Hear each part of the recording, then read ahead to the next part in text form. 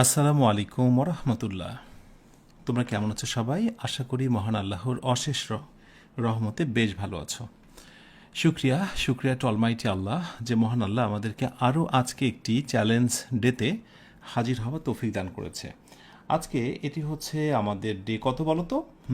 Day হচ্ছে 15। আলহামদুলিল্লাহ 15। That means আজকে আমরা দুটো লেকচার করব। একটা লেকচার হলো আমাদের 29 এবং আরেকটি লেকচার হচ্ছে 30।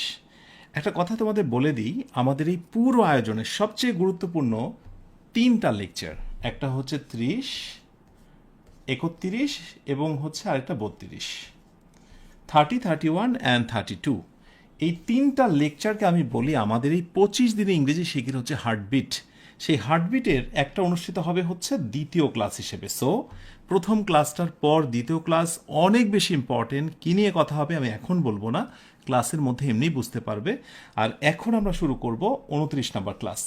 29 নাম্বার ক্লাসের শুরুতে এটা বলে দিই তোমাদের, আজকে একটু সময় বেশি দিতে হবে, তবে এই সময়টা বেশি দিতে পারলেই পরবর্তী লেসনগুলো অনেক বেশি সহজ হয়ে যাবে। তবে কথা দিচ্ছি 1.5 ঘন্টার ভেতরে শেষ করবে ইনশাল্লাহ। কতটুকু? 1.5 ঘন্টা ভেতরে শেষ করার প্ল্যানিং রয়েছে ইনশাআল্লাহ। তো চলো শুরু করি আজকের আয়োজনটি। আর আয়োজনটি কে কোথা থেকে আমার সঙ্গে উপভোগ করছো একটু আমাকে ঝটপট করে কমেন্টে জানাও, একটু আমি তোমাদের কমেন্টের দিকে নজর রাখছি। ওয়েল, এই হচ্ছে আমাদের আজকের আয়োজন। আজকের আয়োজন হচ্ছে ইয়াস, এই হচ্ছে একেবারে হচ্ছে 29 নাম্বার লেকচার। সেখানে আমরা যেটি নিয়ে কথা বলবো সেটির নাম হচ্ছে সাবজাংটিভ মুড। কি বলতো? ইয়েস, সেটির নাম হচ্ছে সাবজাংটিভ মুড। আমি একটু লিখি, SUBJUNCTIVE,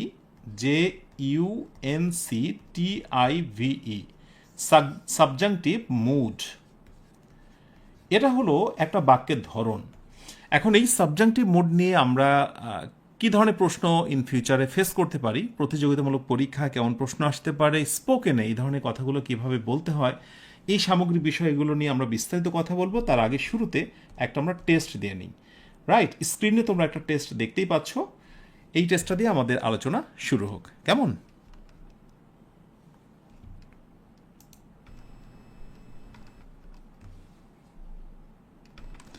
অনেকে ট্রাই করছো। আমি সুপারিশ করি যে সে ডাক্তার দেখাক। আমরা বলেছি যে এই টেস্টে তোমাকে ইংরেজি করতে হবে। আমি সুপারিশ করি যে সে ডাক্তার দেখাক। Option A, I suggest that let him see a doctor. Option B, I suggest that he sees a doctor. Option C, I suggest that he see a doctor, and option D, my suggestion is that he should see a doctor. আলহামদুলিল্লাহ, তোমরা যারা share করেছো সবার উপর শান্তি বর্ষিত হোক। ওকে, so এবার রাইট আনসারটা একটু মিলিয়ে নাও। আর বিশেষ করে তোমরা যারা পরবর্তীতে এই ক্লাসগুলো দেখো অবশ্যই নিজেরা ট্রাই করবে। দেখো, রাইট উত্তরটা ফার্স্টে বলে দিই, একেবারে আনারই একটা আনসার, সেটা হচ্ছে সি নাম্বারটা। Here C is the right answer. Okay, so ফার্স্টে এটা আমরা একটু লিখে দিই রাইট। এখন স্বাভাবিকভাবেই এটা যে সঠিক সেটা দেখলেই খুবই অবাক লাগে। যেমন হি থার্ড পারসন, ভার্বের সঙ্গে এস বা ইয়েস হওয়ার কথা ছিল, তা হয়নি। সুতরাং এটার দিকে অনেকেই নজর দেবে না। আজকে আমরা এরকমই একটা অদ্ভুত বিষয় নিয়ে আলোচনা করব, যেটা সাধারণ নিয়ম থেকে একেবারে সম্পূর্ণ ব্যতিক্রমধর্মী একটা নিয়ম। যে নিয়মটা বা যেটার আবির্ভাব ঘটেছে ইংরেজিতে মূলত একটি বাক্যের অর্থকে বোঝানোর জন্য। বাক্যের অর্থটা কি রিয়েল নাকি আনরিয়েল, বাক্যের অর্থটা কেমন হবে টু দ্য সেন্স হওয়ার জন্যই মূলত ইংরেজি গ্রামারে নতুন একটা জিনিসের অবতারণা হয়েছে, সেটি হচ্ছে সাবজাংটিভ। সাবজাংটিভ। ওকে, আজকে আমরা সাবজাংটিভ মুড নিয়ে কথা বলবো বা সাবজাংটিভ নিয়ে কথা বলবো। আমি এটা শিরোনাম হিসেবে একটু দিয়ে রাখি অ্যান্ড দেন আমি আলোচনা করছি। ওকে, একটু মনোযোগী হও। যারা পেরেছো তোমাদের সবাইকে অভিনন্দন। ওকে, এখন একটা বিষয় দেখো, I suggest that let him see a doctor. এটার বাংলা অর্থ হয়ে যাবে যে তাকে ডাক্তার দেখাতে দাও, তাকে ডাক্তার দেখাতে দাও। কিন্তু আমি বলেছি সে ডাক্তার দেখাক, এক অন্য রকমের ভাষা। সে ডাক্তার দেখায়, এটা আমরা পারি।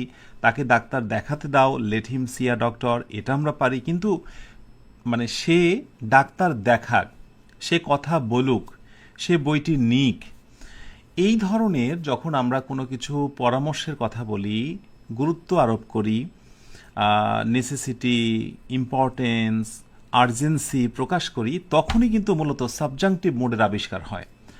তো এ নাম্বার হওয়ার কোনো সম্ভাবনা নেই। বি নাম্বার অনেকের কাছে মনে হতে পারে হি থার্ড পারসন, ভার্বের সঙ্গে এস বাই এস, কিন্তু না, সাবজাংটিভ মোডের ক্ষেত্রে এটি হচ্ছে একটা নিয়ম, ভালো করে মনে রেখো, যে no V two form, no V two form.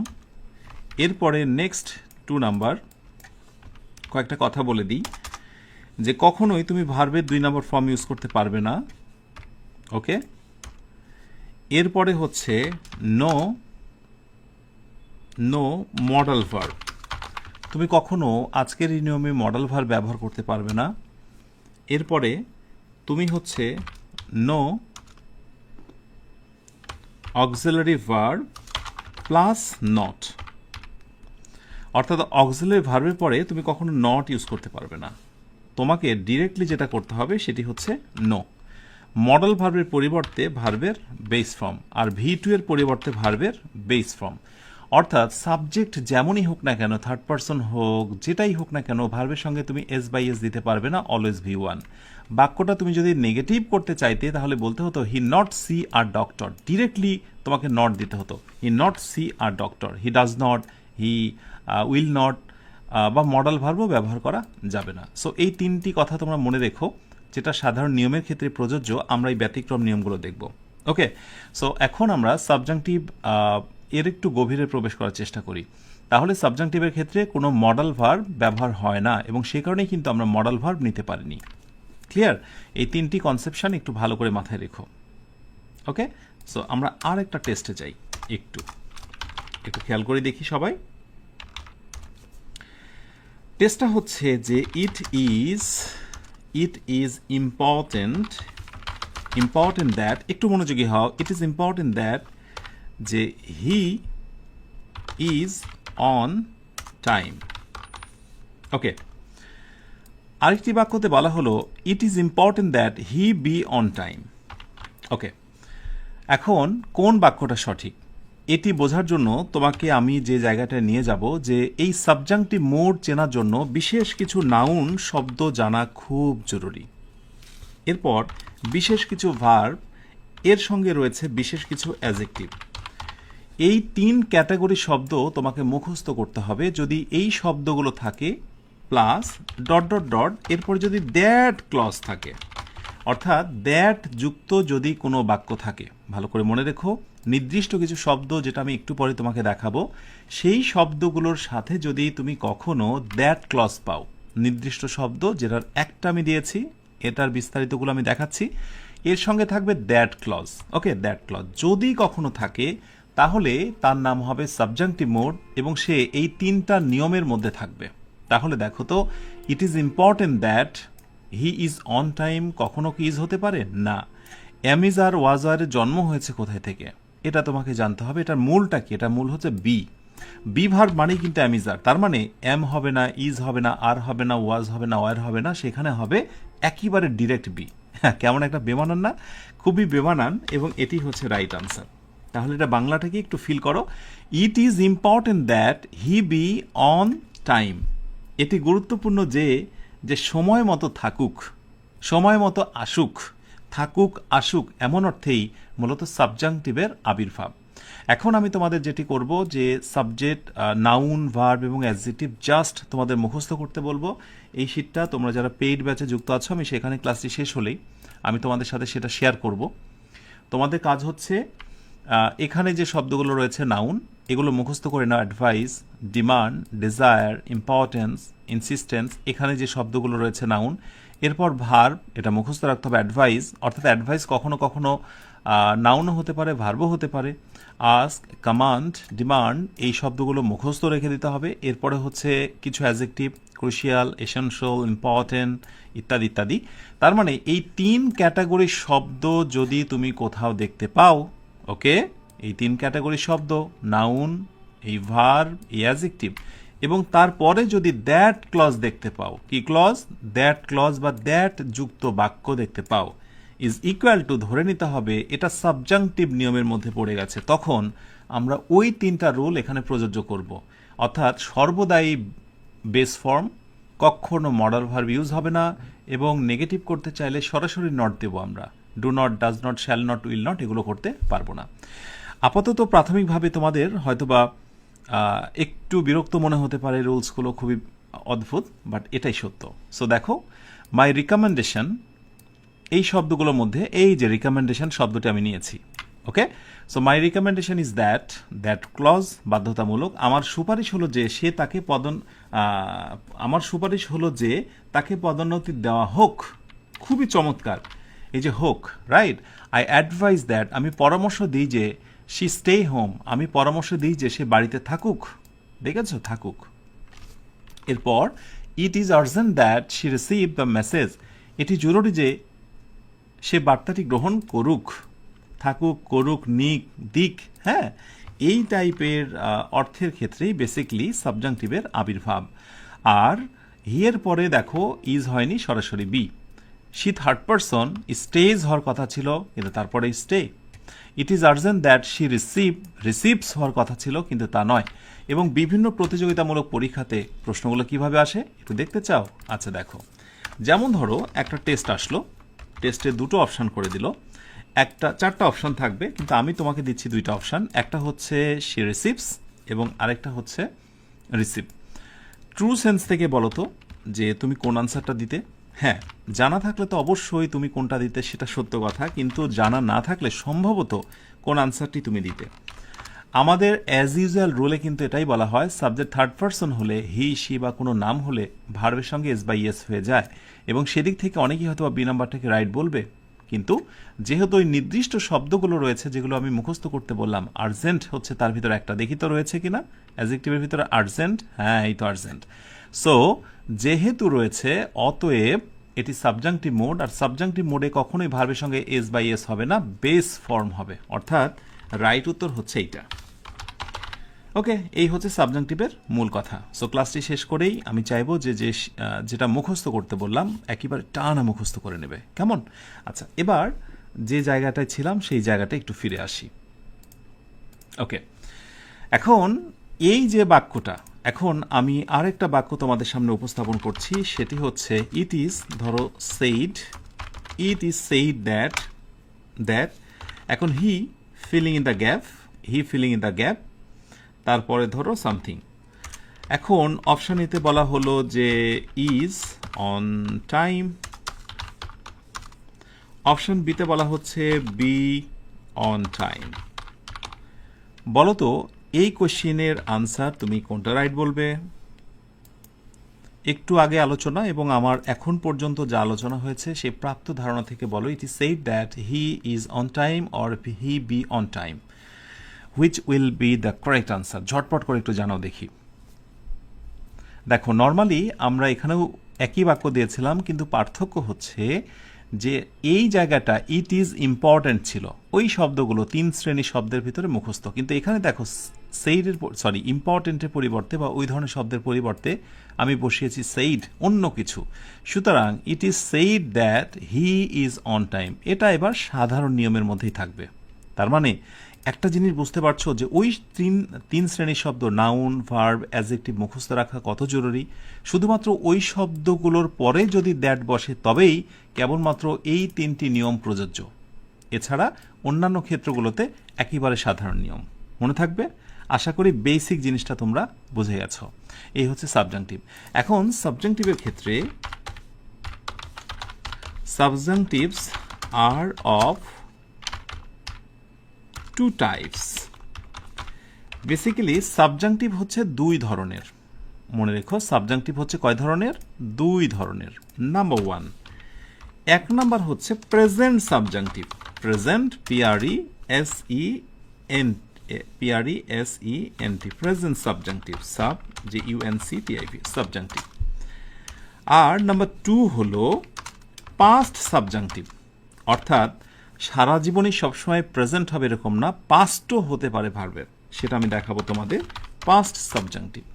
So present subjunctive হচ্ছে ওই সকল শব্দগুলো যেগুলোর কথা আমি বললাম, নাউন, এরপরে হচ্ছে ভার্ব, এরপরে অ্যাডজেক্টিভ, ডট ডট ডট, এবং এর সঙ্গে যখন তোমার দ্যাট ক্লজটা যুক্ত হয়েছে, দ্যাট যুক্ত ক্লজটা যুক্ত হয়েছে, ওই ক্ষেত্রে আমরা যে ভার্বটা নিয়েছিলাম this is called present subjunctive, যে রুলটা আমরা এখন পর্যন্ত আলোচনা করলাম অলরেডি। হ্যাঁ, অর্থাৎ এই যে এই রুলগুলো, এটা হচ্ছে প্রেজেন্ট সাবজাংটিভ, অর্থাৎ ভার্বের কি হয়, একবারে প্রেজেন্ট ফর্ম হয়। হ্যাঁ, এই রুলটা।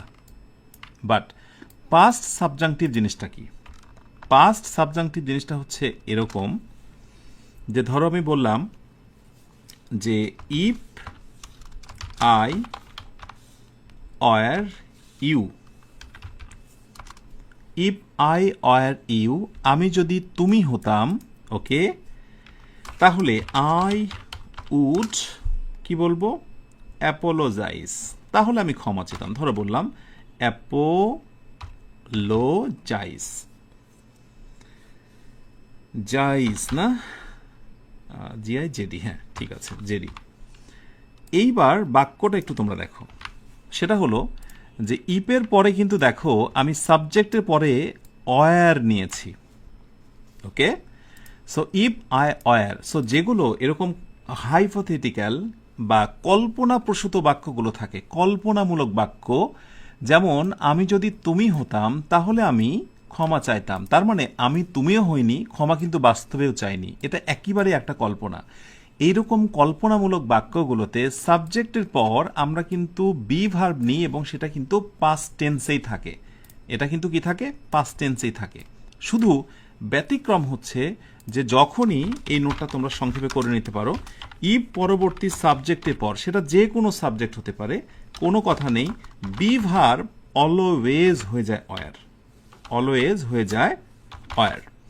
এবং এটা দ্বারা যেটি বোঝায় সেটি হচ্ছে ইমাজিনেশন, ইমাজিনেশন। এটা দ্বারা বোঝায় হচ্ছে হাইপোথেটিক্যাল বা অতি কল্পনা প্রসূত একটি বিষয়। এবং আমি দেখেছি প্রতিযোগিতামূলক পরীক্ষাতে এই প্রশ্নটা প্রচুর পরিমাণে আসে, এবং সেটা কি একটু খেয়াল করো সবাই। বলছে এরকম যে ধরো if I dot dot you, I would not do that.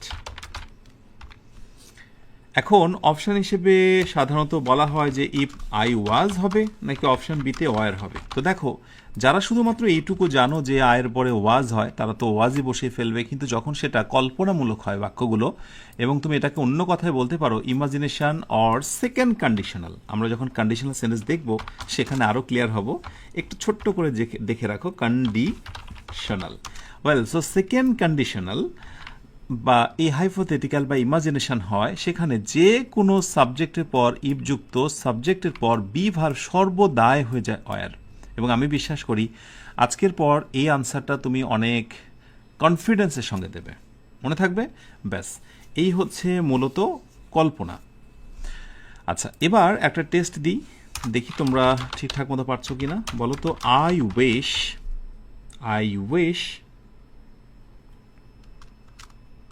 he dot dot a rich man. Option A, এই ফিল ইন দ্য গ্যাপটিকে আমি ওয়াজ নেব নাকি অপশন বিতে আমি অয়ার নেব? ঝটপট করে একটু আমাকে জানাও। এবং এখন আমরা এই মুহূর্তে যে রুলটা কাভার করছি, যে এটি নিয়ে কথা বলছি, সেটি হচ্ছে পাস্ট সাবজাংটিভ, অর্থাৎ এখন শুধু পাস্ট টেন্স হয়ে যায়। Thank you so much. এখন দেখো, নর্মালি তোমরা হিয়ের পরে ওয়াজ জানো, কিন্তু আসলে কি ওয়াজ হবে না, বেসিকলি কি হবে, হিয়ের পরে এখানে ওয়ার হবে, কারণ এটা একটা হাইপোথেটিক্যাল অতিমাত্রায় কল্পনাপ্রবণ একটি বিষয়, বা একেবারেই বলবো যে অবাস্তব। কারণ আমার চাওয়া, এইখানে উইশের বাংলা অর্থটা ইচ্ছা নয়, বাংলা অর্থটা হবে চাওয়া, যেটা ওয়ান্টের সমর্থক হিসেবে, যে আই উইশ, আমার চাওয়া, he were a rich man, সে যদি ধনী হতো, তার মানে আমার চাওয়া সেটা এখনো পূরণ হয়নি, সেটা শুধুই একটা কল্পনা।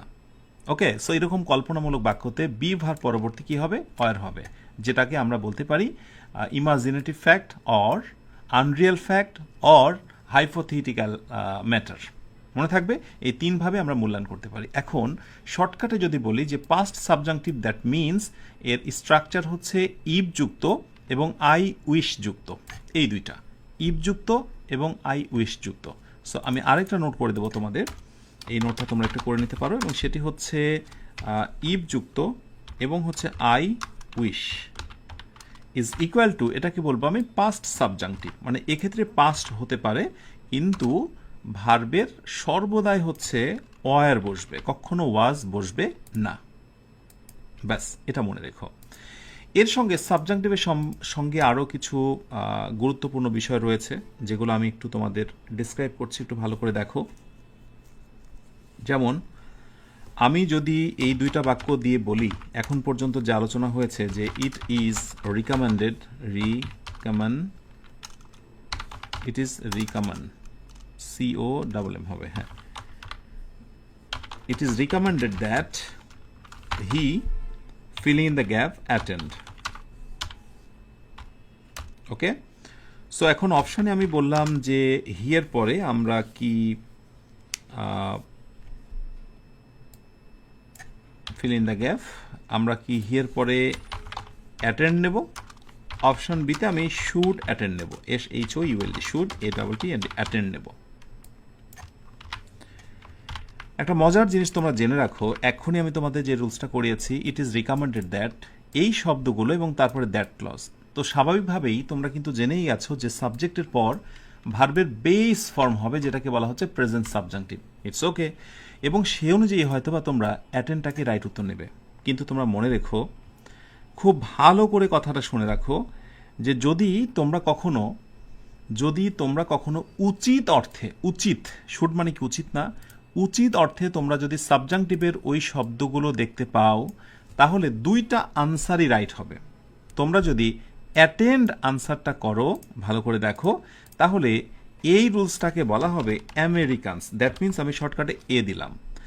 আর যদি উচিতের ক্ষেত্রে শুধু উচিত, অন্য কোনো ভার্ব নয়, অন্য কোনো মডেল ভার্ব নয়, শুড অ্যাটেন্ড যদি ইউজ করো, তাহলে সেটি হয়ে যাবে ব্রিটিশ কনসেপ্ট, ওকে। ইংরেজির ক্ষেত্রে দুটি ব্যবহার তো প্রচলিত, একটা হচ্ছে ব্রিটিশ এবং আরেকটি আমেরিকান, তো দুইটা সেন্স থেকে কিন্তু রাইট উত্তর। আমরা যদি নর্মালি আমেরিকান ফরম্যাটেই সাবজাংটিভ বেশি ব্যবহার হয়, সে অনুযায়ী হচ্ছে অ্যাটেন্ড, কিন্তু তুমি যদি ব্রিটিশ ফরম্যাটে শুডের ইউজটা করতে চাও, তুমি করতে পারবে। So both are correct. এটা কিন্তু সাবজাংটিভের সাধারণ নিয়ম থেকে একেবারে ব্যতিক্রম। তাহলে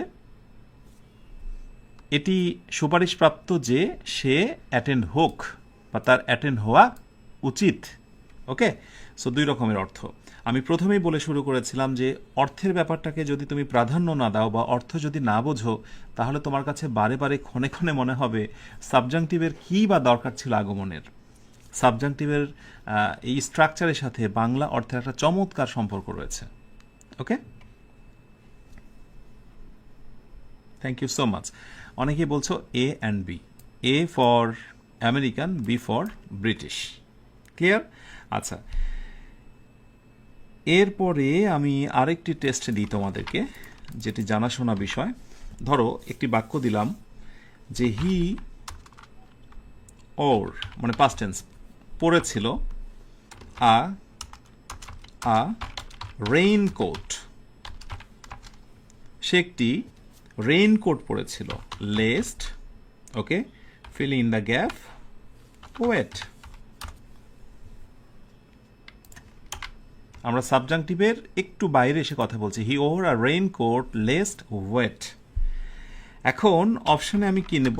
অপশান এ এটা কি আমি গেট নেব, option B lest, sorry he দিতে হবে, সাবজেক্টই নাই। এরপরে বি দেব, ধরো আমি should get, A B C, সিতে নেব আমি গেটস। সে একটি রেইনকোট পরেছিল বৃষ্টিতে যাতে ভিজে না যায়। এটা তো তোমরা অবশ্যই জানো যে লেস্টের পরে অর্থটা অটোমেটিক নেগেটিভ হয়ে যায় এবং সেখানে কোনো নট বসে না। সে রেইনকোট পরেছিল যাতে ভিজে না যায়, এই না যায়ের অর্থটা কিন্তু লেস্টের মধ্যেই রয়ে গেছে। Here lest is a conjunction, এটা মাঝখানে রয়েছে, লেস্ট ইজ আ কনজাংশন, এটা অনেকে ভুল করে ফেলে। আর লিটিল লেস লেস্ট একটা আছে, LEST, লেস্ট, ওকে। লিটিল মানে সবচেয়ে কম, এটা হচ্ছে superlative degree, superlative degree. Just দেখে রাখো, কোনো না কোনো এক সময় এই দুইটা নিয়ে কনফিউজড হতে পারো, দ্যাটস ওয়াই আমি একটু দিয়ে রাখলাম, ঠিক আছে, okay. So what will be the right answer? দেখো, নর্মালি কিন্তু আমরা এটাই জানি, মানে আমরা যদি গোড়ামির কথা বলি, যে আমরা অ্যাজ ইউজুয়াল কিন্তু এটাই শিখে থাকি ট্র্যাডিশনাল গ্রামার অনুযায়ী, যে যদি কোথাও লেস্ট থাকে, লেস্টের পরে সাবজেক্ট পরবর্তী দুইটা জিনিস বসে, একটা হচ্ছে শুড এবং আরেকটা হচ্ছে মাইট। মাইটের ব্যবহারটা খুবই কম, ইনফর্মাল ওয়েতে মাইট ব্যবহারটা হয়, তবে অ্যাজ ইউজুয়াল কিন্তু আমরা এটাই শিখাই যে শুড বা মাইটের পরে ভার্বের বেস ফর্ম। এটা হলো ইংরেজি একটু অল্প জেনে এবং গুটি কয়েক ইংরেজি জেনে বলা যায় যে সেটার উপরে আমল করা। বাট জেনে রাখো তোমরা, লেস্ট পরবর্তী কিন্তু প্রেজেন্ট সাবজাংটিভও হতে পারে, একবারে direct, he get wait, he get wait. আর আমি যদি ট্রেডিশনাল বা ব্রিটিশ গ্রামারকে বেশি ফোকাস দিই, তাহলে should will be the right answer. তাহলে এখানে দুইটা আনসারই right, get best present subjunctive, আর শুড গেট আনসার হবে বাট ট্রেডিশনাল। আর গেটস তো হতেই পারে না কোনোভাবে, কারণ লেস্ট পরবর্তীতেও সাবজাংটিভ হয়। সো আমরা কি এটা কখনো জানতাম যে লেস্টের পরেও সাবজাংটিভ হয়? আমরা তো শুধু এটাই জানতাম যে ওই শব্দগুলো 3 শ্রেণীর নাউন, ভার্ব, অ্যাডজেক্টিভের পরে সাবজাংটিভ হয়, আর একটু আগে দেখিয়েছি যে ইফ বা আই উইশের পরেও সাবজাংটিভ হয়, এই তো। বাট আর একটা মজার তোমাদের জন্য বোনাস রয়েছে। সেই বোনাসটা হচ্ছে, এই বোনাসটা যে তথ্যটা আমি এখন দিচ্ছি সেটা আমার মূলত ছোটবেলার প্রশ্ন, মানে আমার নিজের জিজ্ঞাসা থাকে। আমি প্রায় ক্লাসে কিন্তু দেখবে যে কথাটা বলি, যে এই জিজ্ঞাসাটা কিন্তু আমার ছোটবেলার জিজ্ঞাসা। আমার মনে একটা প্রশ্ন রয়ে যেত, যেমন long live the king, long live the king, বাক্যগুলো একটু খেয়াল করো তোমরা। এরপরে তোমরা এরকম অনেক বাক্য দেখবে, গড গড ব্লেস ইউ। আমি এখানে সরাসরি গড কথাটি ইউজ করছি এই জন্য, বিকজ গ্রামার বা ডিকশনারিতে গড কথাটি ইউজ করা হয়, হ্যাঁ, আল্লাহর পরিবর্তে গড ব্লেস ইউ। এখন আমার প্রশ্ন হচ্ছে, লং লিভ দ্য কিং, তুমি খেয়াল করে দেখো, ভার্বের আসলে বেস ফর্ম হয়েছে সাবজেক্ট থার্ড পারসন হওয়া সত্ত্বেও। আসলে কেন এমনটা হয়েছে, কখনো কি নিজেকে প্রশ্ন করে দেখেছ? অথবা এইরকমই যদি একটা টেস্ট দেওয়া হয় কাউকে, এবং যদি বলা হয় যে আল্লাহ ডট ডট আস, এখন দুটো অপশান হিসেবে যদি বলা হয় যে অপশানে কি হেল্প হবে নাকি অপশান বিতে হেল্পস হবে?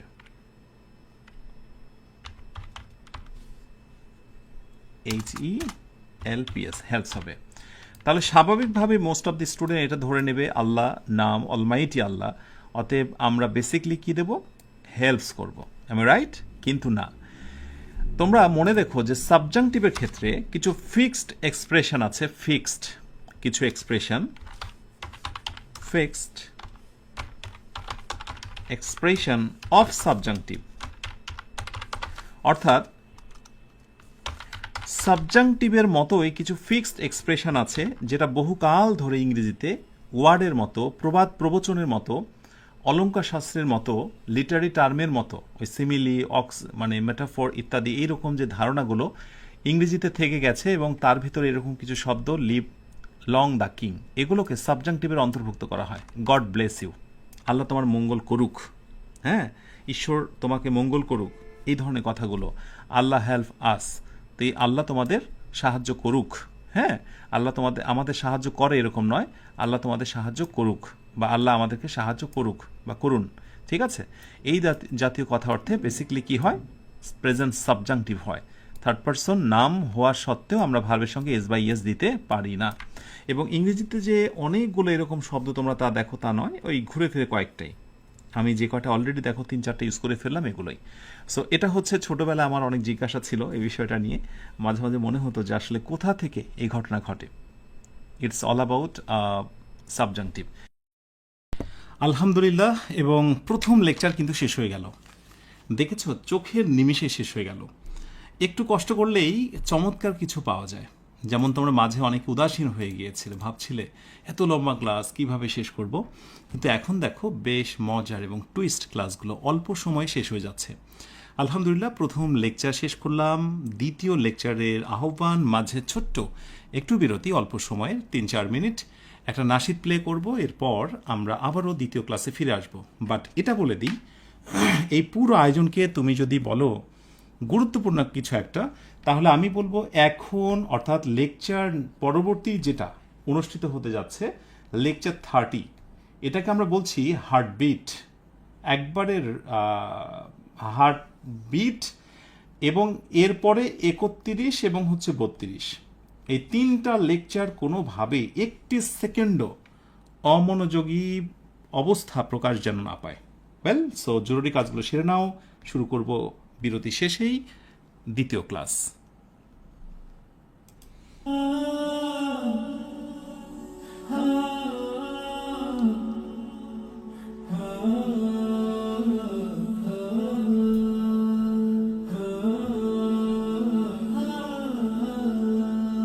কে আছে ধরাতে তুমি ছাড়া, তোমাকে ছাড়াই আমি সবই হারা। কে আছে ধরাতে তুমি ছাড়া, তোমাকে ছাড়াই আমি সবই হারা। তোমাকে খুঁজি ফিরি, তোমারই প্রেমে পড়ি, তোমারে জপি আমি দিবারা। তোমারই ভালোবাসা যোগাতে মনো আশা, তবদারে পাতি দুটি হাত। নাও করে প্রভু মকবুল, ক্ষমা করে দিয়ে সব ভুল। নাও করে প্রভু মকবুল, ক্ষমা করে দিয়ে সব ভুল। প্রেমেরই দ্বার টেনে তোমারই সম্পানে দৃঢ় তব মোহনা।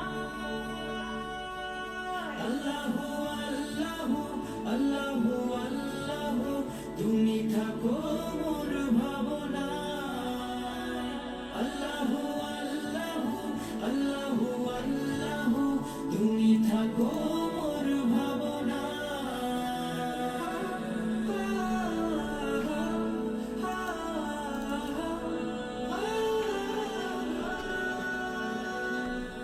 আমি যে সোজা পথ আছি ভুলে, তোমারই প্রেম ডোরে নাও তুলে।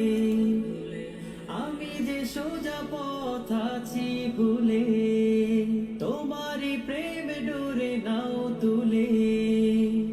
তোমারই পথ ধরে যেতে চাইও পারে, এই আমার শুধু ফরিয়া। তোমাকে চাই কাছে সব কথাও কাজে, এই আমার প্রভু মোনাজাত। নাও করে প্রভু মকবুল, ক্ষমা করে দিয়ে সব ভুল। নাও করে প্রভু মকবুল, ক্ষমা করে দিয়ে সব ভুল। প্রেমেরই দ্বার টেনে তোমারই সম্পানে দৃঢ় তব মোহনা। আল্লাহু আল্লাহু আল্লাহু আল্লাহু, তুমি থাকো মোর ভাবনায়। আল্লাহু আল্লাহু আল্লাহু আল্লাহু, তুমি থাকো মোর ভাবনায়।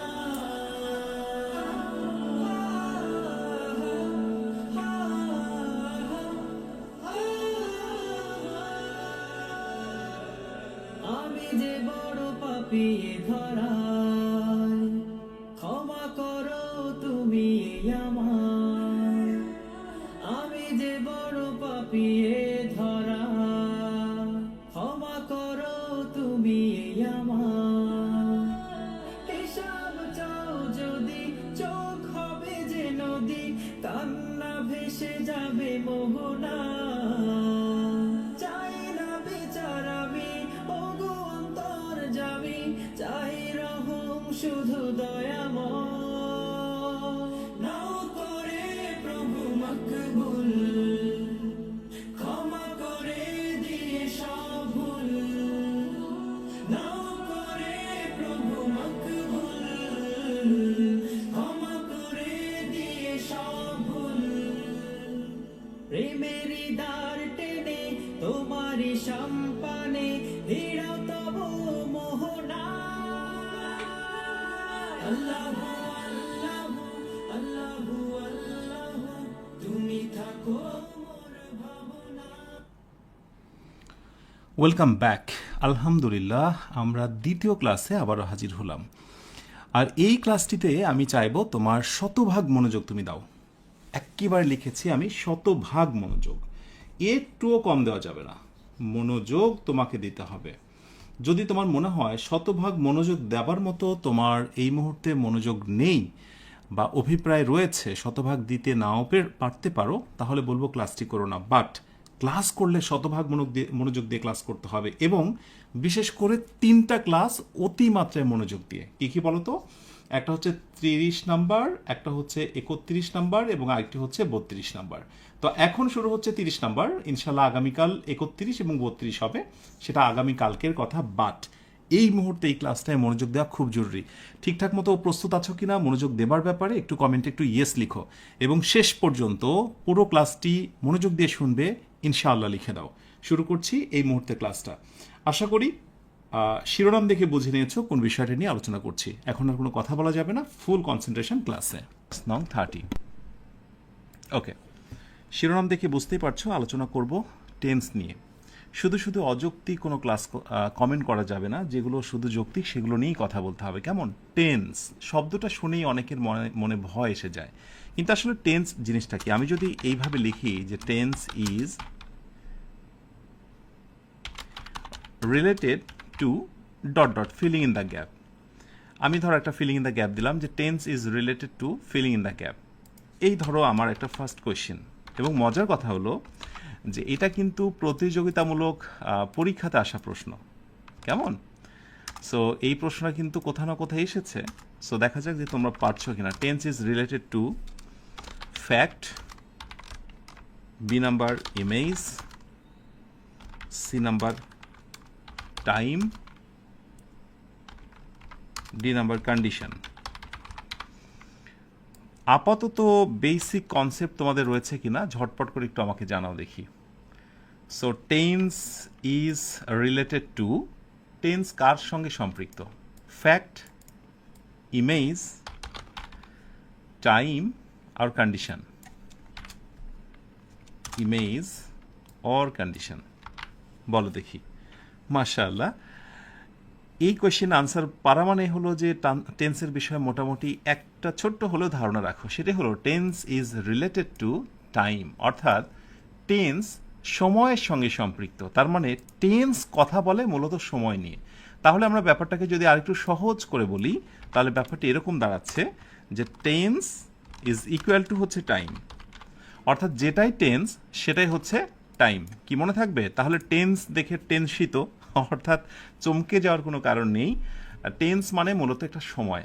এবার আমি তোমাকে যদি প্রশ্ন করি সময় মূলত কত ধরনের, তো সময় মূলত কত ধরনের এটার কথা বললে আমার স্বাভাবিকভাবেই ছোট্ট একটা সময় সংক্রান্ত খুবই গুরুত্বপূর্ণ একটা কোটেশন মনে পড়ে যায়। দেখি তোমাদের কারো এই কোটেশনের সঙ্গে কারো সম্পৃক্ততা রয়েছে কিনা। সেটা হলো, আমরা ইয়েস্টারডে একটা কোটেশন দিচ্ছি, yesterday is history, yesterday is history, comma, এরপরে বললাম tomorrow, tomorrow is mystery, okay. আর এরপরে বললাম and today, today is a GIFT gift. এই কোটেশনটা, এই উক্তিটা না আমার চমৎকার, অনেক বেশি ভালো লাগে। ইয়েস্টারডে ইজ হিস্ট্রি, গতকাল হচ্ছে ইতিহাস, টুমোরো ইজ মিস্ট্রি, আর আগামীকাল হচ্ছে রহস্য, রহস্যতে ভরা, and today is a gift, আর আজ হচ্ছে একটি উপহার। সো আজকের এই দিনটাকেই কাজে লাগাও। তো এখানে আমি অলরেডি একটা মজার কথাও বলে দিয়েছি কোটেশনের সাথে সাথে, সেটি হলো ইয়েস্টারডে সময় দেখো, সময় হচ্ছে গতকাল, টুমোরো মানে আগামীকাল, এবং টুডে আজ। সময় মূলত এই 3 প্রকার। সময় মূলত এই 3টি সময়, গতকাল, আজ এবং আগামীকাল। আর টেন্সও ঠিক এই 3টা জিনিস নিয়ে কাজ করে। টেন্স সময় নিয়ে কাজ করে, টেন্সের কাজ হচ্ছে সময় নিয়ে কথা বলা, আর সময় মানে ইংরেজিতে সময় হচ্ছে এই 3টা, ইয়েস্টারডে, টুমোরো আর হচ্ছে টুডে। এখন যেটাকে আমরা সাধারণ ইংরেজিতে বলি ইয়েস্টারডে, আমি একটু নোটস করছি এখানে, তোমরা একটু খেয়াল করো। যেটাকে আমরা ইয়েস্টারডে বলছি, ইয়েস্টারডে বলছি, ইয়েস্টারডে, আরেকটি হচ্ছে টুমোরো, এবং আরেকটি হচ্ছে টুডে। এইগুলোর ইংরেজি মোটামুটি আমরা সবাই জানি। তো গ্রামারিয়ানরা বলছে যেটাকে ইয়েস্টারডে বলা হচ্ছে সেইটাকে গ্রামারি ভাষায় বলা হচ্ছে পাস্ট। অন্য কথায় পাস্ট টেন্স, মানে অতীত সময় সংক্রান্ত টেন্স। ওকে, যেটাই ইয়েস্টারডে সেটাই মূলত পাস্ট টেন্স। যেটাকে আমরা বলছি টুমোরো মানে আগামীকাল, টেন্সের ভাষায় গ্রামারি ভাষায় সেটাকে বলা হচ্ছে ফিউচার। সেটাকেই বলা হচ্ছে ফিউচার। আগামীকাল একটা ফিউচার টেন্স। ওকে, আর যেটা বলছি টুডে আজ, সেটি হচ্ছে প্রেজেন্ট টেন্স। ওকে, তার মানে এখান থেকে মজার একটা জিনিস আমরা পেয়ে গেলাম। আমরা সাধারণ বাংলা অথবা ইংরেজিতে যে কথাগুলো বলি, গ্রামারে ভাষা সেগুলো একটু ভিন্ন নাম রয়েছে। এগুলোই হচ্ছে মূলত টেন্সের প্রকার। তাহলে আমরা যদি এখন বলি টেন্সেস আর অফ বেসিকলি কত প্রকার বলো তো? Are of dot dot kinds. আমি যদি বলি tenses are of dot dot kinds, তাহলে আমি যদি অপশন হিসেবে বলি 1, অপশন বিতে 2, অপশন সিতে 3, এটসেট্রা, তাহলে বলো তো কয় প্রকার বলবে এখানে? Yes, tenses are of 3 kinds.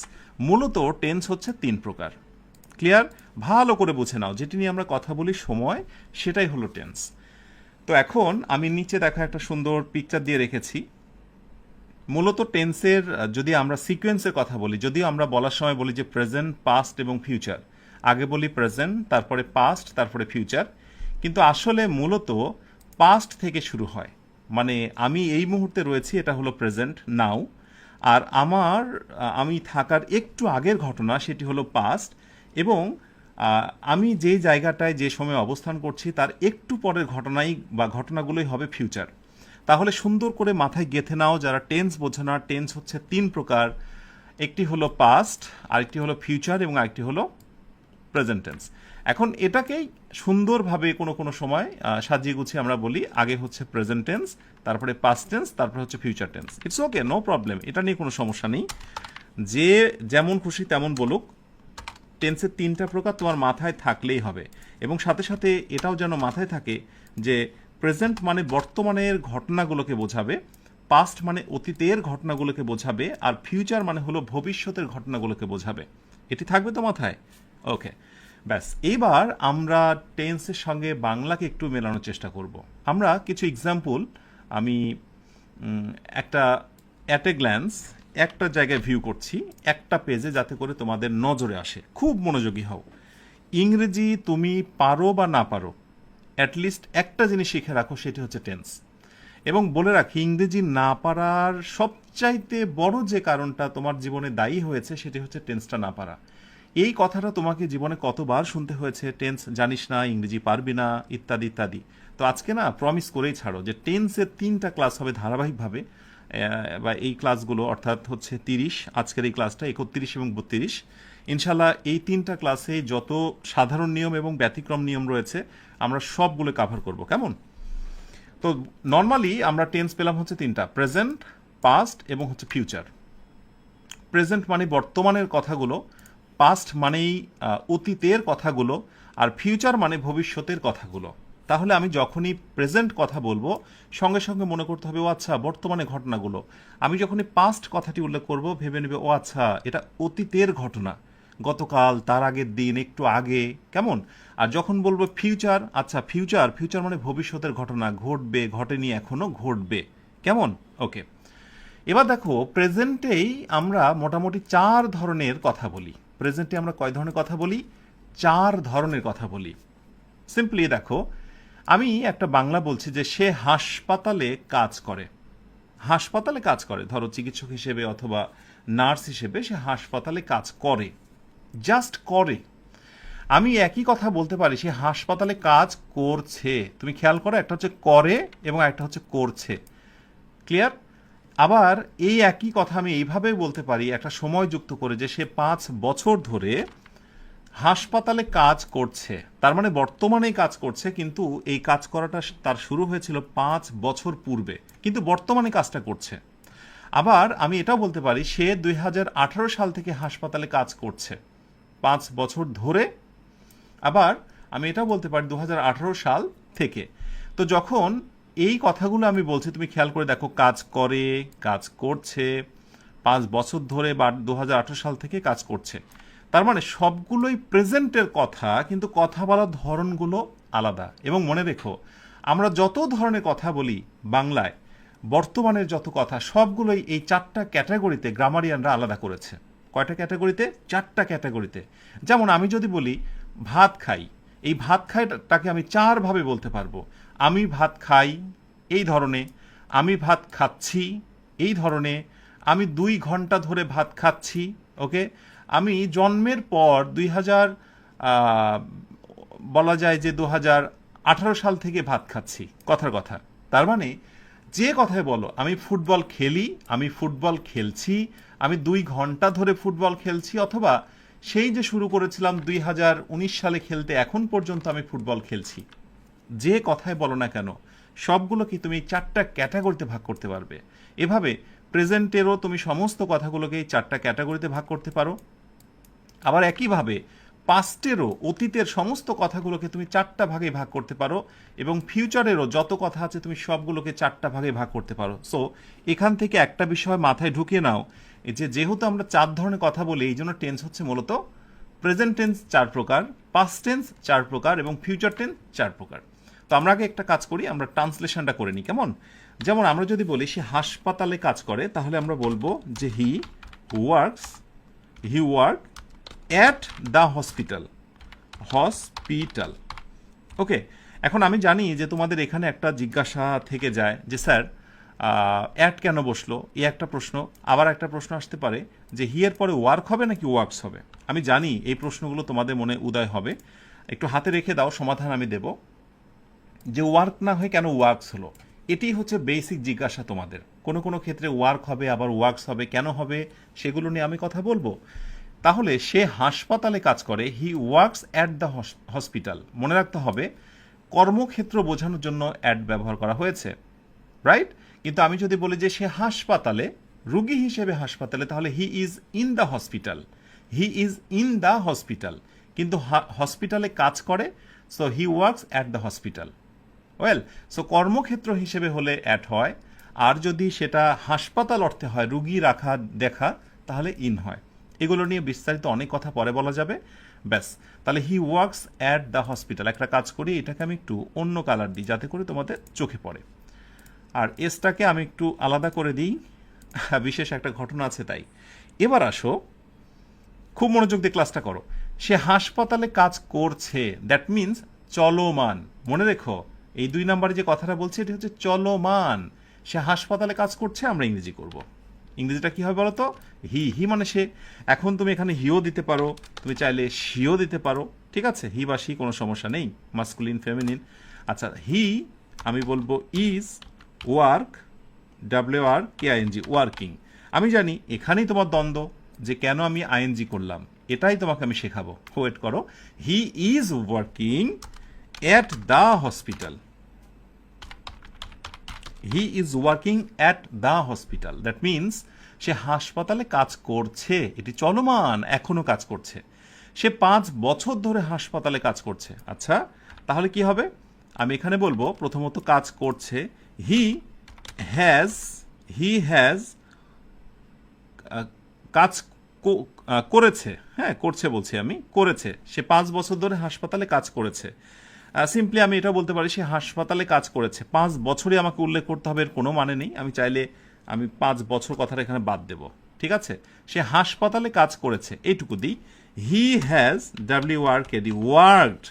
এটাই হচ্ছে রহস্য, যে হ্যাজ আসার কারণে ইডি হয়েছে। রহস্যের জায়গা হচ্ছে তোমাদের এইগুলো, জানতে চাওয়ার জায়গা হচ্ছে তোমাদের এইগুলো। আমি শেখাবো, একটু ওয়েট করো। হি হ্যাজ ওয়ার্ক কোথায়? At the hospital. সে হাসপাতালে কাজ করেছে। ওকে, এবার আমি যখন বলবো যে 2018 সাল থেকে সে হাসপাতালে কাজ করছে, চলমান, তখন আমি এখানে লাগাবো কি বলতো? আমি এখানে লাগাবো হি হ্যাজ বিন। এগুলো জানতে হবে, আমি শেখাবো তোমাকে। হি হ্যাজ বিন, এরপরে হচ্ছে working. He has been working, কোথায় কাজ করছে? অ্যাট দ্য হসপিটাল, হাসপাতালে কাজ করছে। কত সাল থেকে? 2018 সাল থেকে। তো এখানে এই সিন্স এবং ফরের একটা ব্যবহার লক্ষণীয়। কোনো কোনো ক্ষেত্রে সিন্স বসে, কোনো কোনো ক্ষেত্রে ফর। কখন সিন্স কখন ফর সেটা আমি তোমাদের শেখাবো। তবে যখন আমরা নির্দিষ্ট কোনো সালের কথা বলি তখন সিন্স ইউজ করতে হয়, যেখানে আমরা থেকে অর্থ ইউজ করি, থেকে বা হতে। সো 2018 সাল থেকে, সো সিন্স 2018 সাল থেকে। আমি শুধু প্রেজেন্টের মধ্যে আছি, প্রেজেন্টের বিষয়টা একটু ক্লিয়ার করি তোমাদের। তাহলে আমরা প্রেজেন্টের এই কথাগুলোকে 4 ভাগে বিভক্ত করেছি। প্রেজেন্টের এই প্রকারও হচ্ছে 4 প্রকার। তো প্রথম প্রকারের নাম কি বলো তো? ব্যাস, প্রথম প্রকারের নাম হচ্ছে প্রেজেন্ট ইনডিএফআইএনআইটি, ইনডিফিনিট। প্রথমটার নাম হচ্ছে প্রেজেন্ট ইনডিফিনিট, আমি ব্র্যাকেটে লিখে দিচ্ছি, ঠিক আছে? প্রেজেন্ট ইনডিফিনিট, ওকে। এরপর দ্বিতীয় প্রকারের নাম কি বলতো? যেহেতু চলমান, এটা হচ্ছে কন্টিনিউয়াস, কন্টিনিউয়াস, ওকে। সো চলমান কাজগুলো হচ্ছে কন্টিনিউয়াস, আর সে কাজ করেছে মানে সে হাসপাতালে কাজ করেছে, আমি ধরে কথাটা বাদ দিই, সে হাসপাতালে কাজ করেছে। তাহলে কাজটা করার অনুভূতি তার ভিতরে রয়েছে, কাজটা করা শেষ, কিন্তু কাজটা সে যে করেছে সেই অনুভূতি বিদ্যমান। তাহলে এই ধরনের ঘটনাগুলোকে বলা হয় পারফেক্ট। এটার নাম কি? এটার নাম হচ্ছে পারফেক্ট, এফইসিটি, ওকে। পারফেক্ট মানে সম্পাদিত, একবারে কমপ্লিটলি শেষ হওয়া। হ্যাঁ, নর্মালি যে পারফেক্ট মানে দক্ষ, সেই একই বানান, কিন্তু পারফেক্ট মানে হচ্ছে পুরা ঘটিত বা সম্পূর্ণরূপে শেষ হয়ে যাওয়া। 2018 সাল থেকে হাসপাতালে কাজ করছে, শুরু হয়েছে অনেক আগে, 2018 সাল অতীতে, আর এখনও চলছে। দ্যাট মিনস এটা হলো পারফেক্ট কন্টিনিউয়াস, মানে এখানে দুইটা ঘটনা বিদ্যমান থাকবে, একটা চলমান আর একটা পুরা ঘটিত। পারফেক্ট কন্টিনিউয়াস, পারফেক্ট আবার কন্টিনিউয়াস। তাহলে এখানে একটা মজার জিনিস তোমরা শিখলে, সেটা কি জানো? একটু ফিল করো আগে। সেটা হলো যে প্রতিটা টেন্সই হচ্ছে আবার 4 প্রকার: present indefinite, present continuous, present perfect এবং প্রেজেন্ট পারফেক্ট কন্টিনিউয়াস। এভাবে একইভাবে আমি আগামী দিন তোমাদেরকে হাইলাইট করব পাস্ট ইনডিফিনিট প্রথমটা, এরপরে past continuous, past perfect, past perfect continuous. একইভাবে দেখাবো তোমাদের future indefinite, future continuous, future perfect এবং ফিউচার পারফেক্ট কন্টিনিউয়াস, একই ক্যাটাগরি। আজকে আমাদের মূল ফোকাসটা থাকবে প্রেজেন্টের দিকে, কারণ একদিনে যদি আমরা সব দিকে নজর দিই তাহলে সব হারাবো। ক্লিয়ার? সো একেবারে এখন মাথা থাকবে শুধুই প্রেজেন্টের দিকে। ব্যাস, এখন প্রথম নাম্বার একটা টিপস হচ্ছে, ভালো করে এই টিপসটা একটু দেখে রাখো। গুরুত্বপূর্ণ একটা টিপস হচ্ছে, কেউ একটা বাক্য তোমাকে দিল এবং দিয়ে বলল যে বলো তো এটা কোন টেন্স, এটা কিন্তু বলে। তাহলে সেই বাক্যটার ফার্স্টে কোথায় নজর দেবে তুমি জানো? প্রথমেই তুমি নজর দেবে হচ্ছে ভার্বের জায়গায়। মনে রেখো, ভার্বের জায়গাতে তুমি নজর দেবে, প্রথমেই তুমি ভার্বের জায়গায় নজর দেবে। এবং একটা মজার জিনিস তুমি লক্ষ্য করে দেখো, প্রতিটা বাক্যের প্রায় সবগুলো জায়গাতে কিন্তু একই আছে, শুধু ভার্বের জায়গাতে কিন্তু পরিবর্তন। তার মানে এখান থেকে একটা বিষয় প্রমাণিত, টেন্স চেনা যায় ভার্বে নজর দিয়ে। ওকে, সো আমি ফোকাস যেটা দেব, যে টেন্স আইডেন্টিফাইড হয় যেটা, সেটা হচ্ছে ভার্ব দিয়ে। যেমন আমি এর আগে তোমাদের একটা কথা লিখেছিলাম যে টেন্স ইজ ইকুয়াল টু কি বলো তো? মনে আছে? টেন্স ইজ ইকুয়াল টু হচ্ছে টাইম। আর এখন লিখলাম যে টেন্স ইজ ইকুয়াল টু হচ্ছে ভার্ব। তার মানে টাইম, সময়টাই হচ্ছে মূলত ভার্ব, সময়টাই হচ্ছে মূলত এই ভার্ব। অর্থাৎ একটা ভার্বকে তুমি কিভাবে ব্যবহার করছো এটাই কিন্তু তোমাকে বলে দিবে যে তুমি কোন সময়ে, কোন মোমেন্টে, কোন মুহূর্তে তুমি একটা কথা বলছো। সুতরাং আমার টিপস হচ্ছে এটাই যে তোমাকে যদি টেন্স চিনতে হয় তুমি ভার্বের দিকে নজর দেবে। মনে থাকবে, এটা হচ্ছে মূল ফাংশন, প্রথম কথা। ওকে, এইবার দ্বিতীয় যে বিষয়টি এসে যায়, প্রতিটা টেন্সের জন্য আলাদা করে একটি স্ট্রাকচার আছে। ওকে, যেটাকে আমরা বাংলায় বলি গঠন, STRUCTUR, স্ট্রাকচার। খুব ভালো করে এই জিনিসটা কন্ট্রোলে রাখতে হয়। যেমন কোনো বাক্য যদি প্রেজেন্ট ইনডিফিনিট টেন্স হয়, ওকে, তাহলে একটা স্ট্রাকচার মনে রাখতে হয়। প্রথমে বসে সাবজেক্ট, এরপরে একটা ভার্ব বসে। এই ভার্বের সঙ্গে কখনো এস অথবা ইএস হয়, অর্থাৎ ভার্ব বসে, আবার কোনো কোনো সময় সেই ভার্বের সঙ্গে এস অথবা ইএস হয়। কখন হয় এস বা ইএস আমি সেটা বলছি। এরপরে তোমার এক্সটেনশন মানে বাকি অংশ, ঠিক আছে? আমার মূল ফোকাস হচ্ছে ভার্ব পর্যন্ত, আর এই অংশটুকুর নাম হচ্ছে এক্সটেনশন। সাবজেক্ট, এরপরে হচ্ছে ভার্ব, কোনো কোনো সময় ভার্বের সঙ্গে এস বা ইএস হয়। ওকে, তাহলে এখানে জাস্ট একটা ছোট্ট জিনিস তোমরা মনে রাখো, এই নোটটা তোমরা একটু করে রাখতে পারো। সেটি হচ্ছে যদি আমরা কখনো হি, শি, ইট অথবা এনি নেম, আমরা যদি কোনো নাম ব্যবহার করি, নাম, তাহলে পরবর্তীতে ভার্বের সঙ্গে এস বা ইএস হয়ে যায়, ভার্বের সঙ্গে এস বা ইএস হয়ে যায়। এই ছোট্ট নোটটা একটু করে রাখো। সো যদি কখনো হি, শি, ইট অথবা কোনো কিছুর নাম, আমির, রীতা, মিতা, এই নামগুলো এসে যায়, ভার্বের সঙ্গে এস বা ইএস হয়ে যায়, তাহলে দেখো তো হি বসেছে, অতএব পরবর্তীতে ভার্বের সঙ্গে কি হবে? এস বা ইএস হবে। ক্লিয়ার? সাথে আরেকটা ছোট্ট নোটসও তোমরা করে নিতে পারো। সে নোটটা হচ্ছে যখনই কখনো ভার্বের সাথে এস বা ইএস হয়, এটাকে বলা হয় সিঙ্গুলার ভার্ব। Singular verb. এই ভার্বের নাম কি? এই ভার্বের নাম হচ্ছে সিঙ্গুলার ভার্ব। কি মনে থাকবে? ওকে, কিন্তু এখানে একটা জিনিস নিয়ে দ্বন্দ্ব হয়, সেই দ্বন্দ্বটা আমার মনে হয় এখনই মিটিয়ে ফেলা উচিত। D O U B T, doubt.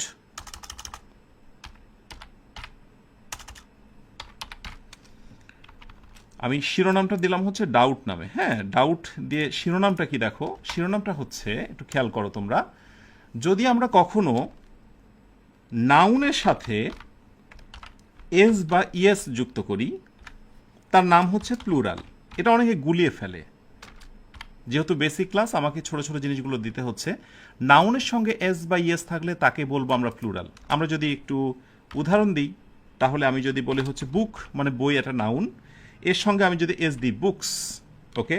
এরপর ডগ মানে হচ্ছে কুকুর, এর সঙ্গে একটা এস দিলাম ডগস, ওকে। আমি বললাম পেন, পেনের সঙ্গে একটা এস দিলাম পেন্স। সো নাউনের সাথে যদি এস বা ইএস যুক্ত হয়, তাহলে সেটার নাম হয়ে যায় প্লুরাল। অথচ আমরা যদি ভিএস দিই, হ্যাঁ, মানে হচ্ছে যাতে করে তোমরা ভিএস, দ্যাট মিনস হচ্ছে কি বলে এটাকে, বনাম। যদি কখনো আমরা ভার্বের সাথে এস বা ইএস দিয়ে দিই, সো ভার্বের সাথে যদি কখনো আমরা এস বা ইএস দিয়ে দিই, তাহলে সেটির নাম হয়ে যায় সিঙ্গুলার, যেটা অলরেডি আমি এই ইনফরমেশনটা দিয়েছি। সো সেটির নাম হয়ে যায় সিঙ্গুলার। ওকে, তাহলে এটি মনে রেখো যে ভার্বের সঙ্গে এস বা ইএস, সেটিকে বলা হয় সিঙ্গুলার। যেমন আমরা হয়তো বা কোনো সময় গোজ বলতে পারি, এই যে গোজ। আমরা রিডের সঙ্গে বলতে পারি রিডস, এগুলো হচ্ছে ভার্ব। সো ভার্বের সঙ্গে এস বা ইএস, দ্যাট মিনস তারা হচ্ছে সিঙ্গুলার। কি মনে থাকবে? আশা করি এই সহজ জিনিসটা আর কখনো ভুলে যাবে না। তাহলে আমরা চমৎকার করে এই গঠনটা মনে রেখে দেব যে প্রেজেন্ট ইনডিফিনিট টেন্স মানেই হচ্ছে এস বা ইএস। ক্লিয়ার? এরপর আমরা পরবর্তী স্ট্রাকচারে আসি। পরবর্তী স্ট্রাকচার হচ্ছে প্রেজেন্ট কন্টিনিউয়াস। প্রেজেন্ট কন্টিনিউয়াস টেন্সের ভেতরে আমরা যেটা দেখব, একটা হচ্ছে হি, মানে সরি সাবজেক্ট, এরপরে হচ্ছে ভার্ব, অর্থাৎ এম, ইজ, আর। একটা ভার্ব বসবে এবং সেই ভার্বের সঙ্গে বসবে আইএনজি প্লাস এক্সটেনশন, বাড়তি অংশ। তাহলে ভার্বের সঙ্গে এস বাই ইএস দেখে বুঝবো সেটি প্রেজেন্ট ইনডিফিনিট। আর যদি কোথাও এম, ইজ, আর আসে এবং পরবর্তীতে দেখো এম, ইজ, আর, ইজ এসেছে এবং পরবর্তীতে ভার্বের সঙ্গে কি হবে? আইএনজি হবে, তাহলে তার নাম হবে কন্টিনিউয়াস। এগুলো খুবই সহজ এবং ফানি বিষয়, আর এই স্ট্রাকচারগুলো না প্রত্যেকে মুখস্থ করে। আমি করেছি বলে আমি পারছি, যে ইংরেজি ভালো পারে তার কিন্তু এগুলো কন্ট্রোলে আছে। তার মানে টেন্সের এই স্ট্রাকচারগুলো কিন্তু তোমাকে মুখস্থ করতে হবে, কেমন? এবং আমি বলবো যাদের মনে থাকে না, রিডিং টেবিলের সামনে ছোট্ট একটা জায়গা থাকলে নোটসগুলো করে একটু সেখানে ঝুলিয়ে রেখো। ব্যাস, এই হলো স্ট্রাকচার। এখন কোনো কোনো সময় যদি এই প্রশ্নটা করা হয়, তুমি একবার ভাবো তো, মানে ছোট প্রশ্নগুলোই কিভাবে প্রতিযোগিতামূলক পরীক্ষা আসে তুমি একটু খেয়াল করো। ধরো এরকম বলা হলো যে they are dot dot me. এখন অপশান হিসেবে বলছে যে they are dot dot to me. এখন তুমি কি এখানে কাম দেবে নাকি অপশান বিতে কামিং দেবে? ছোট্ট অপশান, খুবই সহজ অপশান। একটু বলো তো এই কোশ্চেনের আনসারটা তুমি কি দেবে? খুব আত্মবিশ্বাস নিয়ে তুমি বলবে বা যে দে আর আছে আমার স্ট্রাকচারে আর, এর পরবর্তীতে একটা ভার্ব অবশ্যই বসবে এবং সেই ভার্বের সঙ্গে কি হবে, আইএনজি হবে। তার মানে শতভাগ আত্মবিশ্বাস নিয়ে তুমি বলবে যেখানে অবশ্যই আইএনজি হবে। ইয়েস, এটাই হচ্ছে শেখা, যে তুমি এটা জেনেছো যে অ্যামিজারের শর্ত হলো তার পরবর্তী ভার্বের সঙ্গে আইএনজি হয়। এবং মনে রাখো, যে ভার্বগুলোর সঙ্গে আইএনজি হচ্ছে, যে ভার্বগুলোর সঙ্গে এস বা ইয়েস হচ্ছে, এরা হলো মেইন ভার্ব, মানে প্রধান ভার্ব। আর এই যে অ্যামিজার যেগুলো বসাচ্ছি মেন ভার্বের আগে, এগুলোর নাম হচ্ছে অক্সিলারি ভার্ব বা হেল্পিং ভার্ব বা সাহায্যকারী ভার্ব, আর এটার নাম হলো মেইন ভার্ব বা প্রধান ভার্ব। ঠিক আছে, এগুলোই তো, এর থেকে বেশি কঠিন কিছু না রে বাবা। কেমন? সো অ্যামিজার পরবর্তী ভার্বের সঙ্গে অবশ্যই কি হবে, আইএনজি হবে। এটা একটা কমন ধারণা, অ্যামিজার ভার্বের সঙ্গে কি হবে, আইএনজি হবে। এবার নাম্বার 3-তে আসো, প্রেজেন্ট পারফেক্টের মধ্যে এবার প্রবেশ করবো আমরা। সো ফার্স্টেই আমরা একটি স্ট্রাকচার দেখে নিই। কেমন স্ট্রাকচারটা কি? প্রথমে বসবে সাবজেক্ট, সাবজেক্টের পর একটু কষ্ট করে মনে রাখতে হবে হ্যাভ অথবা হচ্ছে হ্যাজ। এখন কোথায় বসে অ্যাম, কোথায় বসে ইজ, কোথায় আর, কোথায় হ্যাভ বা হ্যাজ, অথবা কোন ভার্ব কোন সব ক্ষেত্রগুলোতে এস বা ইয়েস হয় ইত্যাদির আমি চমৎকার লিস্ট একটু পরে তোমাদের সঙ্গে শেয়ার করছি। কেমন? সাথে থাকো। সাবজেক্ট হ্যাভ হ্যাজ, এরপর দ্বিতীয় তুমি যে মেইন ভার্বটা নিচ্ছ এগুলো হচ্ছে অক্সিলারি ভার্ব, সাহায্যকারী ভার্ব। এই সাহায্যকারী ভার্ব বলছে যে আমার পরে একটা আপনাকে মেইন ভার্ব, প্রধান ভার্ব বা প্রিন্সিপাল ভার্ব নিতেই হবে, এবং সেই ভার্বের হবে V3 মানে কি, পাস্ট পার্টিসিপল। তোমাদের মনে আছে আমি প্রথম দিকে কনজুগেশন অফ ভার্বস দিয়েছিলাম, একটা ভার্বের 3টা রূপ, এই যে গো, ওয়েন্ট, গন, ডু, ডিড, ডান। এই যে মুখস্থ করতে বলেছিলাম কনজুগেশন অফ ভার্ব, আমি আজকের দিনে আবার বলবো, যদি কন্ট্রোলে না থাকে দয়া করে একেবারে মুখস্থ করে নিও। কেমন? তাহলে হ্যাভ হ্যাজ এরপরে V3 প্লাস এক্সটেনশন যা খুশি বাকি বসে বসুক, রাইট? এবং দেখো হি, ওকে ডান, এরপরে হ্যাজ, ওকে হ্যাজ, এরপরে V3 ওয়ার্ক না, কি হয়েছে, ওয়ার্কড, ওকে, এরপর হচ্ছে এক্সটেনশন। তাহলে বলো তো, ধরে নিলাম তুমি আগে জানতে না, বুঝতে না, এখন আমি তোমাকে যদি একটা বাক্য দিই, যে ধরো এরকম একটা বাক্য দিলাম, I have dot dot rice. So option এতে বললাম হচ্ছে ইয়েটি ইট, অপশন বিতে হচ্ছে ইটেন। বলো তো কোন আনসারটাকে রাইট বলবে? খুবই সহজ, এই হলো সাবজেক্ট, তারপরে বসেছে হ্যাভ, ওকে। সো এরপরে আমরা ভার্বের সঙ্গে কি করব, ভার্বের পাস্ট পার্টিসিপল করব। সো ইট অ্যাট ইটেন, এই যে আত্মবিশ্বাস নিয়ে তুমি এখন বলতে পারছো না, this is called the real learning. এই ছোট ছোট পদক্ষেপগুলোই তোমাকে টেন্সের গভীরতম নলেজে প্রবেশ করতে সাহায্য করবে। ও হ্যাঁ, আরেকটি কথা বলি, আমি তো এখন টেন্সের একেবারে বেসিক বিষয়টা নিয়ে কথা বলছি। একটু পরেই এই 4টা টেন্সেরই 4টা প্রকারেরই দেখবে আমি ব্যতিক্রম বা এক্সেপশনাল যে রুলসগুলো আছে সেগুলো আমি তুলে ধরবো। এখন এক্সেপশনাল বা ব্যতিক্রম রুলসগুলো যেগুলো প্রতিযোগিতামূলক পরীক্ষা আসে বা বিভিন্ন জায়গাতেই তোমার লাগবে, ফ্রি হ্যান্ড রাইটিং, স্পোকেনে, সেগুলো তুমি কিভাবে ধরতে পারবে? অবশ্যই বেসিকগুলো ভালো করার মাধ্যমে, রাইট? আচ্ছা, সো এই হচ্ছে প্রেজেন্ট পারফেক্ট টেন্সের একটি স্ট্রাকচার। এবার আরেকটি লাস্ট স্ট্রাকচার রয়েছে আমাদের, সেটা কি বলতো? সেটা হলো present perfect continuous. So present perfect continuous মানে প্রথমে হচ্ছে সাবজেক্ট, সাবজেক্টে পরে একটা হ্যাভ অথবা হচ্ছে হ্যাজ, এর সঙ্গে যুক্ত হবে বিন, অর্থাৎ হ্যাভ বিন অথবা হ্যাজ বিন, অক্সিলারি ভার্ব, এরপর একটা মেইন ভার্ব যুক্ত হবে, সেই ভার্বের সঙ্গে হবে আইএনজি। অনেকে বলে যারা প্রথমত ইংরেজি প্রথম দিকে শুরু করে, স্যার এত স্ট্রাকচার, এত রুলস আমি কিভাবে মনে রাখবো? তখন আমি অনেক শিক্ষার্থীকে বলি, কিছু শিক্ষার্থী থাকে না যে ফোন নাম্বার দেখা যায় খুব দ্রুত সে সেভ করতে পারে বা একটা ইনফরমেশন দ্রুত নোট করতে পারে, তো আমি তাকে বলি যে তুমি এত দ্রুত কিভাবে এই ইনফরমেশনগুলো চেঞ্জ করছো বা এটা পারছো কিভাবে? তো বলে স্যার এটা হয়ে যায়।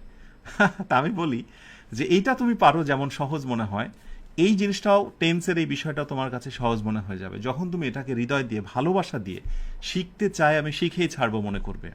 আজও টেন্স পারো না কেন জানো? কারণ টেন্সটা তুমি শিখবেই, টেন্স না শেখার কারণেই যে তোমার জীবনের এত দুর্গতি, এটা তুমি কখনো ফিল করো না। এখন উদ্যমী হও, টেন্স আমি শিখেই ছাড়বো, কি আছে রহস্য ভেদ করেই নেব, দেখবে টেন্স তোমার কাছে অনেক সহজ হয়ে যাবে। সাবজেক্টে পরে হ্যাভ হ্যাজ ভার্বের সঙ্গে আইএনজি, ওকে, ডট ডট, এরপরে কিছু একটা বসবে, বাট এই টেন্সের একটা মজার হিস্ট্রি হচ্ছে পারফেক্ট কন্টিনিউয়াস টেন্সে তুমি একটা বৈশিষ্ট্য দেখতে পাবে, সিন্স অথবা হচ্ছে ফর। কি দেখতে পাবে? সিন্স অথবা ফর। আমি প্রেপোজিশন সংক্রান্ত ক্লাসগুলোতে সিন্স এবং ফরের বিস্তারিত বিষয় নিয়ে কথা বলবো, শুধু এইটুকু জেনে রাখো সিন্স অথবা ফর। তাহলে এই বাক্যটা খেয়াল করো, হি, এই হচ্ছে সাবজেক্ট, হ্যাজ, হি এর পরে হ্যাজ বসে, ওকে। এরপরে হচ্ছে বিন, আমি বসাতে বাধ্য, এটা আমার নিয়ম। এরপরে ভার্বের সঙ্গে আইএনজি, এরপরে ভার্বের সঙ্গে কি বলতো? আইন, যেটা নিতে আমি বাধ্য, এখানে আমার কিছু করার নেই। এরপরে নিয়ম অনুযায়ী সিন্স অথবা ফর, এই সিন্স বা ফর নিয়ে আমি বৃহৎ কথা বলবো। এখন ধরো আমি তোমাকে একটা টেস্ট দিলাম, ধরো কথার কথা এরকম যে আই হ্যাভ, সরি, আরে I have bin fill in the gap these here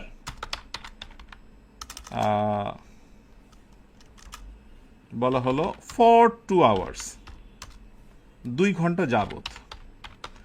আমি এখানে 2 ঘন্টা যাবত পড়াশোনা করছি। এখন প্রশ্ন হচ্ছে এখানে কি আমি রিড নেব? অপশান বিতে আমি রিডস নিতে পারবো, অপশন সিতে আমি রিডিং নিতে পারবো, আরও অনেক কিছু। সো তুমি জেনেছো আই অর্থাৎ সাবজেক্ট, এরপরে হ্যাভ, ওকে, হ্যাভ বা হ্যাজ, এরপরে বিন, নিতে আমি বাধ্য, এবং এরপর ডেফিনেটলি পরবর্তী ভার্বের সঙ্গে হবে আইএনজি। সো আমি আত্মবিশ্বাস নিয়ে বলবো C is the right answer, right? So I have been reading. তাহলে একটু একটু করে তোমার ভিতরে যে আত্মবিশ্বাস তৈরি হচ্ছে না, একটি স্ট্রাকচার বিল্ড আপ হয়েছে না, যে এটা থাকলে এটা হয়। এই স্ট্রাকচারগুলো না ইংরেজির ক্ষেত্রে বলা হয় সংবিধান। সংবিধান আসলে পরিবর্তন হয় না। তোমার পরিবারের ক্ষেত্রেও একটা সংবিধান আছে, আছে না? যে তুমি চাইলেই বাড়িতে যা খুশি তাই চাইতে পারো না, তুমি চাইলেই বাড়িতে রাত 10টার পরে প্রবেশ করতে পারো না। এগুলো হচ্ছে সংবিধান। তো ইংরেজিরও একটা সংবিধান আছে, এগুলো তোমাকে মানতে হবে এবং বুঝতে হবে। এগুলো হচ্ছে কমন স্ট্র্যাটেজি টেন্স চেনার। আশা করি এগুলো বুঝতে পেরেছো। এখন আমরা যেটা করব, ছোট ছোট এই নোটসগুলোকে এখান থেকে সরিয়ে নেব, ওকে? কারণ তাতে করে আমার যেটা হবে, আমার কিছু জিনিস ইনফরমেশান লিখতে সুবিধা হবে, তাই না? আমি এখন আলোচনা করব প্রেজেন্ট ইনডিফিনিট নিয়ে। সো প্রেজেন্ট ইনডিফিনিট টেন্সের কিছু রহস্য নিয়ে কথা বলবো। সো নাম্বার 2টাকে রাখি, এটাকে একটু প্রেজেন্ট ইনডিফিনিট নিয়ে এবার বিস্তারিত ব্যতিক্রম যদি কিছু থাকে সেগুলো নিয়ে কথা বলি। প্রেজেন্ট ইনডিফিনিট, তাই না? প্রেজেন্টের ভিতরে এটা হচ্ছে প্রেজেন্ট ইনডিফিনিট, প্রেজেন্ট ইনডিফিনিট, ব্যাস। এইটা এবার আমি এখান থেকে কেটে দেব। তো প্রেজেন্ট ইনডিফিনিট টেন্স এই হলো ব্যাপার। এখন প্রতিটা টেন্স চেনারই কিছু বৈশিষ্ট্য বা লক্ষণ আছে। প্রেজেন্ট ইনডিফিনিট টেন্স থেকে শুরু করে সবগুলোই আমি তোমাদের একটা নোটস শেয়ার করছি। ক্লাসটি শেষ হলে আমি এই শিটটা তোমাদেরকে দিয়ে দেব। এই যে যদি প্রেজেন্ট টেন্স তুমি চিনতে চাও, তাহলে তোমাকে এই বৈশিষ্ট্যগুলো একটু মুখস্থ রাখতে হবে। এইগুলো যদি কোনো বাক্যতে থাকে তাহলে সেটা প্রেজেন্ট টেন্স হয়ে যায়। প্রেজেন্ট কন্টিনিউয়াস টেন্সে সাধারণত এই বৈশিষ্ট্যগুলো থাকে। প্রেজেন্ট পারফেক্ট টেন্সে এই বৈশিষ্ট্য থাকে। প্রেজেন্ট পারফেক্ট কন্টিনিউয়াস টেন্সে সিন্স বা ফর থাকে। মনে আছে তো?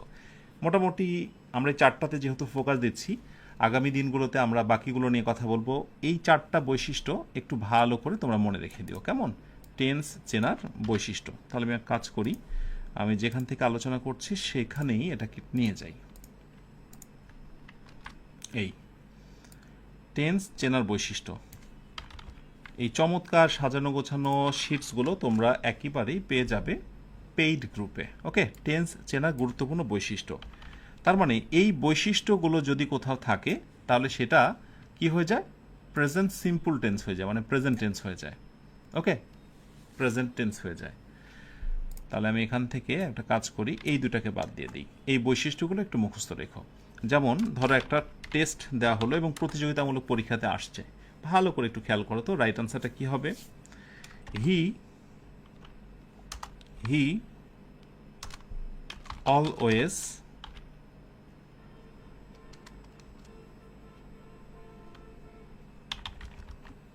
ইউ হ্যাপি,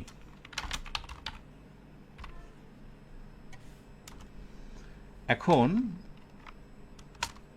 বলা হচ্ছে যে হি অলওয়েজ, এখানে কি মেক্স হবে? বি নাম্বার ইজ মেকিং হবে। আচ্ছা, তোমাদের একটা বিষয় আমি বলি, তোমরা অনেকে হয়তোবা বই দেখে আনসার করছো বলছো অনেকে। না, আসলে বইয়ে কোনোভাবে আনসার নেই, কোনো কোয়েশ্চেনে আনসার নেই, তাকে ভিডিও ক্লাস দেখে আনসারটা মিলিয়ে নিতে হবে। বাট যেহেতু কোয়েশ্চেন্সগুলো তার আগে দেখতে পায়, সেক্ষেত্রে আনসার হয়তো বা আগে দিয়ে ফেলতেও পারে। এটি করো না, নিজের ক্ষতি নিজে করো না, ক্লাসের সঙ্গে ব্যালেন্স রাখো, কেমন? সো যখন আমি বলবো আনসার করতে, তখনই কেবলমাত্র কমেন্টে আনসারটা ড্রপ করবে, এর বাইরে নয়, ঠিক আছে? সো ক্লাসের ক্ষেত্রে অবশ্যই একটা অর্ডার মানতে হবে। তো ঠিক আছে, টেস্টের আনসারটা আমরা একটু দেখে নিই। এখানে একটা গুরুত্বপূর্ণ বৈশিষ্ট্য আছে, সেটা হচ্ছে অলওয়েজ। এই বৈশিষ্ট্যগুলো মুখস্থ রেখো, যে যেহেতু অলওয়েজ আছে তার মানে এটা অবশ্যই হবে সিম্পল প্রেজেন্ট টেন্স। ও হ্যাঁ, আরেকটি কথা বলতে ভুলে গেছি, যেটাই প্রেজেন্ট ইনডিফিনিট সেটাই কিন্তু প্রেজেন্ট সিম্পল। হ্যাঁ, প্রেজেন্ট ইনডিফিনিট অথবা সিম্পল দুইভাবেই দুইটা নামেই ডাকা হয়, দেখে আবার ভয় পেও না। তাহলে এই বৈশিষ্ট্য যেহেতু রয়েছে, সো রাইট আনসার অবশ্যই হবে he always makes you happy, সে সর্বদাই তোমাকে খুশি করে। ওকে, এই বৈশিষ্ট্যগুলোও কিন্তু অনেক সময় টেন্স চেনার ক্ষেত্রে অনেক বেশি কার্যকর। মনে থাকবে? আশা করি অবশ্যই মনে থাকবে। আচ্ছা, এবার একটা গুরুত্বপূর্ণ টেস্ট দিই। টেস্টের সাথে সাথেই টেন্সের গুরুত্বপূর্ণ ইনফরমেশনগুলো আস্তে আস্তে করে বের হবে। ধরো আমি একটা বাক্য দিলাম, সেটা হলো যে it is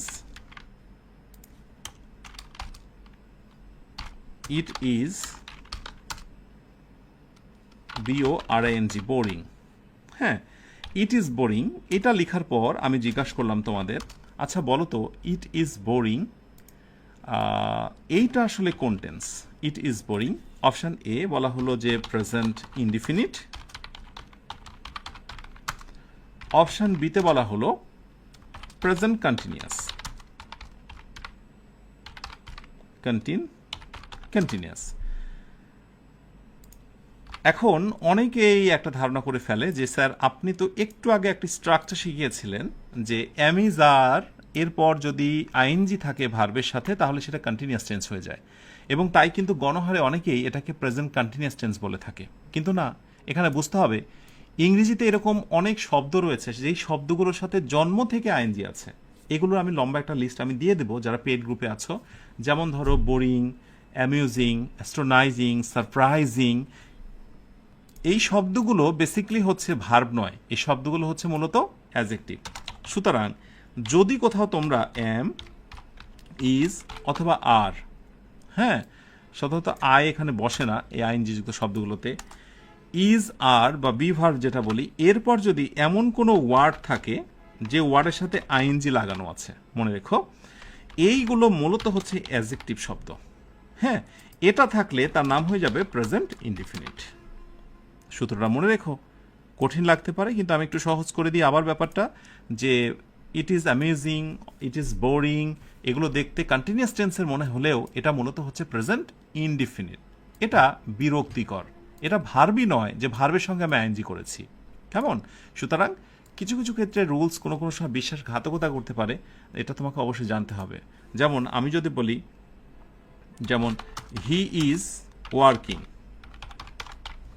he is working, এই বাক্যটা আর এই বাক্যটা এক নয়। ইজের পরে আইএনজি আর এখানে ইজের পরে আইএনজি এক ঘটনা নয়। এখানে আইএনজিটা হয়েছে ভার্বের সাথে, ওয়ার্ক শব্দটা ভার্ব, তার সাথে হয়েছে আইএনজি। কিন্তু প্রক্ষান্তরে বোরিং মানে শব্দটা আলাদা নয়, দুটা মিলেই একটা শব্দ।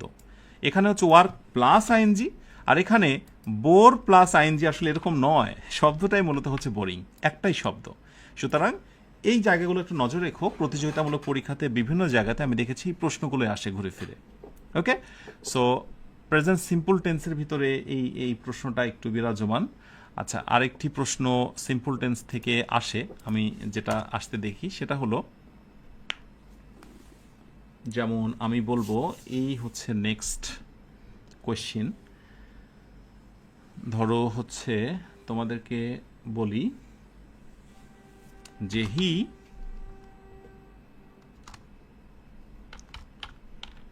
He works hard. একটু ভালো করে দেখো, he works hard, WORKS, he works hard. প্রশ্ন হলো হি ওয়ার্কস হার্ড, এটা কি টেন্স? তো তুমি বলবে যে এটা প্রেজেন্ট ইনডিফিনিট টেন্স। খুবই ভালো কথা। হি ওয়ার্কস হার্ড, সে কঠোর পরিশ্রম করে। Subject, verb, extension, present indefinite. এবং এটা আমার একেবারে সাধারণ একটা নিয়ম, প্রেজেন্ট ইনডিফিনিট। ওকে, ডান। যদি আমি হি না দিয়ে এখানে আই দিতাম তাহলে আর এস হতো না, তখন বলতাম আই ওয়ার্ক হার্ড। ওকে, তার মানে এস বাই ইএস তখনই হয় যখন আমরা হি, শি, ইট বা কোনো নাম ব্যবহার করি, রাইট? সো এই কারণেই মূলত হি ওয়ার্কস হয়েছিল। ওকে, কোনো কোনো সময় এইটা একটু অন্যভাবে আসে, সেটি হলো প্রশ্ন করা হচ্ছে যে he does work hard, he does work hard. এখন প্রশ্ন হচ্ছে এই দুইটি বাক্যের মধ্যে কোন বাক্যটা রাইট? যে বলা হলো যে চুজ দ্য কারেক্ট আনসার। দুইটা বাক্যের ভিতরে কোন বাক্যটা রাইট? কেউ কি বলতে পারো? বলো দেখি। চুজ দ্য কারেক্ট আনসার বা সেন্টেন্স। এখন অনেকেই মনে করতে পারে যে ডাজ কেন বসেছে ওয়ার্কের পূর্বে। ওকে, আমি একটু বলে দিই, হি ওয়ার্কস হার্ড, সে কঠোর পরিশ্রম করে, এই বাক্যটাও রাইট। আবার একই সাথে আমরা যদি বলি হি ডাজ ওয়ার্ক হার্ড, সে কাজই মানে সে কি বলে কঠোর কাজই করে, একটু ফোর্স দিয়ে জোর দেওয়া, সে কঠোর কাজই করে মানে কাজটাকে অনেক বেশি ফোর্স দেওয়া। এই যখন তুমি জোর দিতে চাও, ইমফ্যাসিস করতে চাও, সেটাও কিন্তু তুমি করতে পারো। সো এটাও রাইট। তাহলে এখানে একটা নতুন আমরা নোট লিখে নেব। সেই নোটটা কি বলো তো? সেই নোটটা হচ্ছে আমরা প্রেজেন্ট ইনডিফিনিট টেন্সের মধ্যেই তো আছি এখন, ডু অথবা ডাজ নিতে পারি, তারপরে আমরা ভার্ব নিতে পারি। ওকে, সেটা দ্বারা মূলত ইমফ্যাসিস বা জোর বোঝায়। ইমফ্যাসিস, ইমফ্যাসিস অথবা বাংলা তোমরা লিখে নাও, সেটা দ্বারা জোর বোঝায়। কোনো কিছু জোর দিয়ে প্রকাশ করার জন্য আমরা ডু বা ডাজ ইউজ করি। যেমন আমি যদি বলি যে আই লাইক, ভালো করে দেখো, আই লাইক, অথবা বললাম যে আই প্লে। ওকে, আর আমি যদি বলি যে হি লাইকস, হি লাইকস, অথবা বললাম যে হি প্লেজ। ওকে, এই কথাগুলোকে আমি আরেকভাবে বলতে পারি, সেটা হচ্ছে আই ডু লাইক। ওকে, অথবা বলতে পারি যে আই ডু প্লে। ওকে, পার্থক্য কি? আমি খেলি, আমি পছন্দ করি, কিন্তু আমি পছন্দ করি, আমিই খেলি, রাইট? একটু জোর দিয়ে। He likes, he plays. ওকে, তাহলে কি হবে বলতো? এখানে একইভাবে আমি বলবো যে হি ডাজ, কারণ হি এর সঙ্গে তো ডাজ বসে না। হি ডাজ লাইক, এই লাইকের সঙ্গে আর এস থাকবে না, তখন হবে হি ডাজ লাইক। তারপরে কি হবে? তারপরে হবে হচ্ছে হি ডাজ প্লে। বাংলা অর্থ কি দাঁড়ালো? বাংলা অর্থ দাঁড়ালো সে পছন্দ করে, সে খেলে, সেই পছন্দ করে, সেই খেলে। সো আমরা এক্সট্রা ডু বা ডাজ ইউজ করতে পারি যদি সেই বাক্যটাকে আমি একটু জোর দিয়ে বা ফোর্স দিয়ে বোঝাতে চাই। আশা করি এই জিনিসটা তোমরা বুঝেছ। সাথে আরেকটি বিষয়, আমরা কিন্তু যত রকমের বিষয় আছে সেগুলোকে আমরা সামনে নিয়ে এগোনোর চেষ্টা করছি। আচ্ছা, আরেকটি বিষয় হলো যখন আমরা কোনো একটা বাক্য লিখি, যেমন এইরকম একটা বাক্য, অনেকে ভুল করে যে আই হ্যাভ আ পেন। একবার সহজ বাক্য দিয়ে বোঝানোর চেষ্টা করি, আই হ্যাভ আ পেন। এখন দিয়ে বলা হচ্ছে এটা কোন টেন্স? তো অপশন এতে বলা হচ্ছে প্রেজেন্ট ইনডিফিনিট, শর্টকাটে ইনডিফিনিট লিখলাম। অপশন বিতে প্রেজেন্ট পারফেক্ট। তো মনে করে দেখো, আমি কিন্তু তোমাদের শিখিয়েছি যে যদি কোনো বাক্যতে হ্যাভ, হ্যাজ থাকে এবং তারপর ভার্বের V3 থাকে পাস্ট পার্টিসিপল, তাহলে সেটির নাম পারফেক্ট। এখন তোমরা অনেকেই ভুল করে এই ধরনের কোয়েশ্চেনের আনসার একটু অন্য দিয়ে ফেলো। কেমন দিয়ে ফেলো? বলো যে হ্যাভ আছে, অতএব হ্যাভ থাকা মানেই সেটা পারফেক্ট। আরে না রে বাবা, পার্থক্যটা তোমাকে বুঝতে হবে। পার্থক্যটা একটু বুঝে নাও তোমরা। পার্থক্য হচ্ছে আমরা যদি কোথাও বলি যে হ্যাভ অথবা হ্যাজ, এরপরে পরবর্তী ভার্বে পাস্ট পার্টিসিপল, ভালো করে বোঝো, তাহলে সেটার নাম হবে পারফেক্ট, PERFECT, পারফেক্ট। কিন্তু যদি তোমরা কোথাও দেখো যে হ্যাভ অথবা হ্যাজ এর পরে আছে নাউন বা নাউন ফ্রেজ, শর্টকাটে NP, নাউন বা নাউন ফ্রেজ, মানে ভার্ব নেই, ভার্ব ছাড়া অন্য কিছু, তাহলে সেটির নাম হবে প্রেজেন্ট ইনডিফিনিট, তার নাম হবে ইনডিফিনিট, তার নাম হবে ইনডিফিনিট। এই নোটটা কি? তাহলে বলো দেখি এই কোশ্চেনের রাইট আনসার তুমি কি বলবে? আই হ্যাভ, আমি হ্যাভ পেয়েছি বা হ্যাজ পেয়েছি, যেটাই নিয়ম অনুযায়ী। এরপরে তো আমি ভার পাইনি রে বাবা, আমি কি ভার পেয়েছি? না, আমি নাউন ফ্রেজ পেয়েছি, একটা নাউন পেয়েছি। So it's a present indefinite. Clear? একেবারে বেসিক প্রশ্ন এগুলোই একজন শিক্ষার্থীর হুটহাট করে একই ভুলগুলো করে ফেলে। এরপরে আসি, আমি যদি এই টেস্টে এবার দিই যে হি হ্যাজ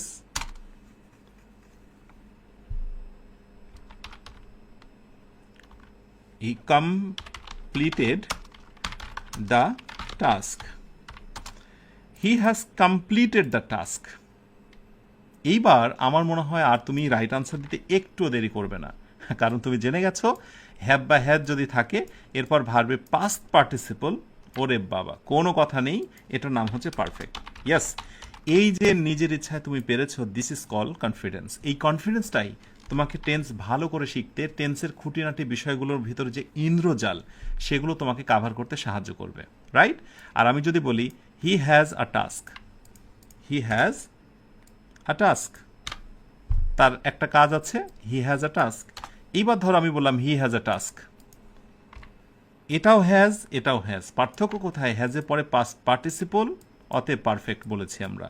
কিন্তু যেহেতু হ্যাজের পরে পাস্ট পার্টিসিপল নেই, তাই আমরা এটাকে কি বলবো এবার? Indefinite, ইনডিএফআইএনআইটি, indefinite. কি মনে থাকবে?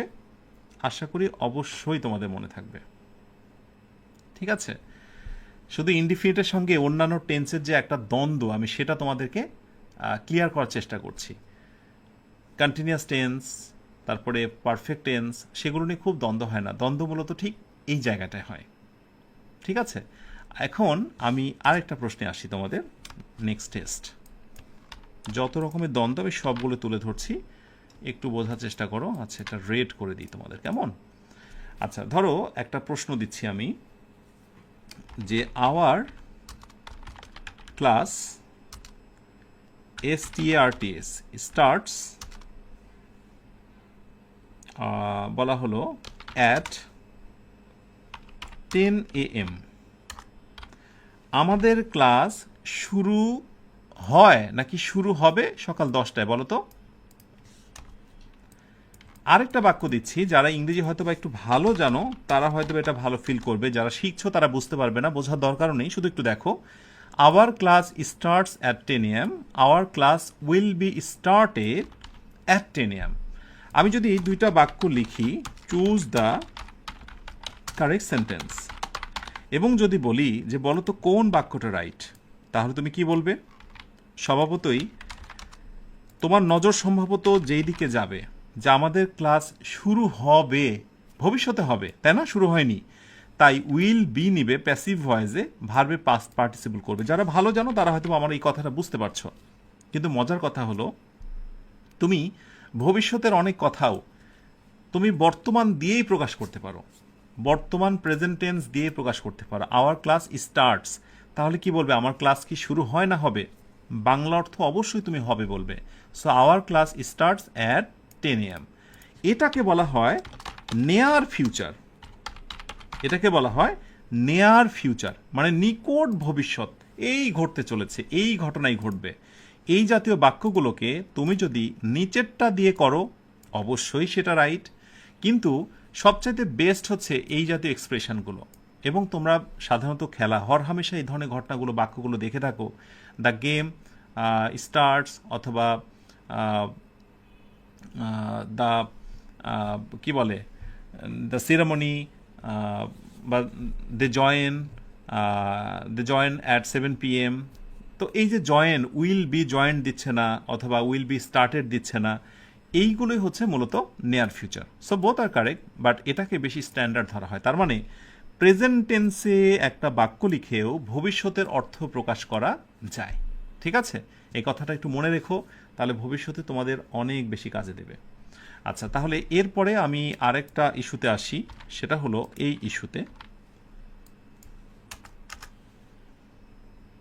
কন্টিনিউয়াস টেন্সের ইস্যুতে আসি। PRESENT, present continuous. ব্যাস, কন্টিনিউয়াসটাকে আমরা একটু এখানে রাখি। কন্টিনিউয়াস মানেই হচ্ছে চলমান, মনে থাকবে? কন্টিনিউয়াস মানেই হচ্ছে চলমান। ব্যাস, কন্টিনিউয়াস। তো মোটামুটি তোমরা জেনেছো যে অ্যামিজার এবং ভার্বের সঙ্গে আইএনজি থাকলেই সেটা কন্টিনিউয়াস। এখন ধরো কোনো একটা জায়গাতে এরকম একটি টেস্ট আসলো, টেস্টটা হচ্ছে এরকম যে we are going to open a shop. Okay, we are going to open a shop, আমরা একটা দোকান খুলতে যাচ্ছি। We are going to open a shop, আমরা একটা দোকান খুলতে যাচ্ছি। এখন যদি কাউকে বলা হয় যে এই টেন্সটার নাম কি, এটার নাম কি? Present indefinite. অপশান বি, এটা হচ্ছে প্রেজেন্ট কন্টিনিউয়াস। তাহলে আবাল বৃদ্ধ বনিতা যারা একটু টেন্সের আলোচনা বুঝেছে বা আমার সঙ্গে প্রথম থেকে যুক্ত আছে, তারা একেবারে হরহামেশা স্বীকার করবে, স্যার কোনো কথা নেই, আপনি না বলেছেন যে যদি সাবজেক্ট থাকে, ওকে, এরপরে অ্যামিজার যদি থাকে, এই তো রয়েছে, এরপর ভার্বের সঙ্গে আইএনজি আছে, অতএব কোনো কথা নেই, এটার নাম প্রেজেন্ট কন্টিনিউয়াস। এবং এই জায়গাটাতেই সবাই ভুল করে, এইখানটাতেই বড় ভুল। এটার নাম হলো প্রেজেন্ট ইনডিফিনিট। এই যে প্রথমে যে টেন্সটা দেখালাম, এটাও প্রেজেন্ট ইনডিফিনিট টেন্সের অন্তর্ভুক্ত। এগুলোই হচ্ছে ব্যতিক্রম। কিভাবে? এইটার জন্য তোমাকে একটা ছোট্ট নোট জানতে হবে। সেই নোটটা কি জানো? নোটটা একটু ভালো করে বুঝো। বি গোয়িং টু, কথাটা একটু ভালো করে জেনে রাখো। বি গোয়িং টু, বি মানে কি জানো? Am is are was were. Be am is are was were, তার মানে am going to, is going to, are going to, am going to, এগুলোর নাম হচ্ছে মডাল ভার্ব। কি ভার্ব? Modal verb. মডাল ভার্ব নিয়ে কথা যদিও বলা হয়েছে। সো বি গোয়িং টু, এটা হচ্ছে মডাল ভার্ব। এই অংশটুকু হচ্ছে একসাথে। এই অংশটুকু কি বলতো? একসাথে। তুমি তো এটা মনে করেছিলে যে আর আসার কারণেই মনে হয় গোয়ের সঙ্গে আইএনজি হয়েছে, যেমনটা ওই যে দে আর কামিং হয়েছিল, অথবা ইজ আসার কারণে ওয়ার্কিং হয়েছিল। তুমি কি এমনটাই ভেবেছিলে নাকি যে আর আসার কারণে আসলে গোয়িং হয়েছে? আরে না রে বাবা, বি গোয়িং টু, এই আর গোয়িং টু আসলে একসাথে একটা মডাল ভার্ব। ক্লিয়ার? সুতরাং যদি কোনো বাক্যতে তুমি দেখো যে মডাল ভার্ব, মনে রেখো মডাল ভার্ব, আরও অনেক মডাল ভার্ব, মডাল ভার্বের পর যখন ভার্বের বেস ফর্ম থাকে, ওকে, মডাল ভার্বের পরে ভার্বের বেস ফর্ম থাকে, তখন সেটা হয়ে যায় প্রেজেন্ট ইনডিফিনিট। প্রেজেন্ট ইনডিফিনিট হয়ে যায়। ব্যতিক্রম দু একটা থাকতে পারে, সেটা নিয়ে পরে কথা বলবো। এটা হচ্ছে আরেকটা নোট। ওকে, সো এটা হচ্ছে modal verb. They are going to open a shop, তারা একটা দোকান খুলতে যাচ্ছে। কিন্তু এবার একটা মজার পার্থক্য দেখো। আমি যদি তোমাদেরকে বলি, খুব গোলক ধাঁধায় পড়ে যাচ্ছ না, এত তথ্য মনে রাখবো কিভাবে? যদি আমি বলি যে he is going to market, MARKT, market, এই বাক্যটা দিয়ে যদি বলি যে বলো তো এইটা কোন টেন্স, তাহলে কি বলবে? এখন অনেকের মাথায় তো তথ্যে জট লেগে গেল যে স্যার আপনারা একটু আগেই বললেন যে আর গোয়িং টু, হ্যাঁ, M going to, is going two, সব ভালো কথা, কিন্তু এখানে তুমি কি করে বুঝবে পার্থক্যটা কোথায়? বলো দেখি। মজার একটা পার্থক্য আছে। Is going to market, he is going to market, এটা কি ইনডিফিনিট না কন্টিনিউয়াস? ইয়েস, এইটা হচ্ছে কন্টিনিউয়াস। কেন বলো তো? কারণটা এবার বুঝে নাও। অবশ্যই ইজ আসার কারণে গোয়ের সঙ্গে আইএনজি হয়েছে, গোয়িং। ওকে, গোয়িং টু, কোনো দিকে যাওয়ার জন্য টু বসে, এবং টু এর পরে দেখো এখানে কি বসেছে? নাউন। কিন্তু এখানে দেখো টু এর পরে কি বসেছিল? ভার্ব। তো যখন M going to, is going to, are going two এর পরে ভার্ব বসে, এর মানে হচ্ছে এই সবটুকুর নাম হচ্ছে মডাল ভার্ব, আর এটা হচ্ছে মেইন ভার্ব। আর এখানে ইজ আসার কারণেই মূলত ভার্বের সঙ্গে আইএনজি হয়েছে, তার মানে এটা হচ্ছে অক্সিলারি ভার্ব, এই আমাদের সূত্রের। আর আইএনজি হচ্ছে মেন ভার্বের সঙ্গে আইএনজি। বুঝতে পেরেছ? তাহলে জিনিসটা দেখতে একই রকম হলেও এর ভেতরে একেবারে মারাত্মক রহস্যে ঠাসা। আর যদি তুমি এই রহস্যটা উন্মোচন করতে পারো, সেদিনই তুমি টেন্স শিখতে পারবে। আর বিশ্বাস করো, প্রতিযোগিতামূলক পরীক্ষাতে এর থেকে কঠিন কিছু আসে না। বিশ্বাস করো, এর থেকে কঠিন কিছুই আসে না। এখন আরেকটি মজার তথ্য তোমাদের সঙ্গে শেয়ার না করলেই নয়। সেটি হচ্ছে, ধরো কোনো কোনো সময় এমন হয় না যে বলা হচ্ছে যে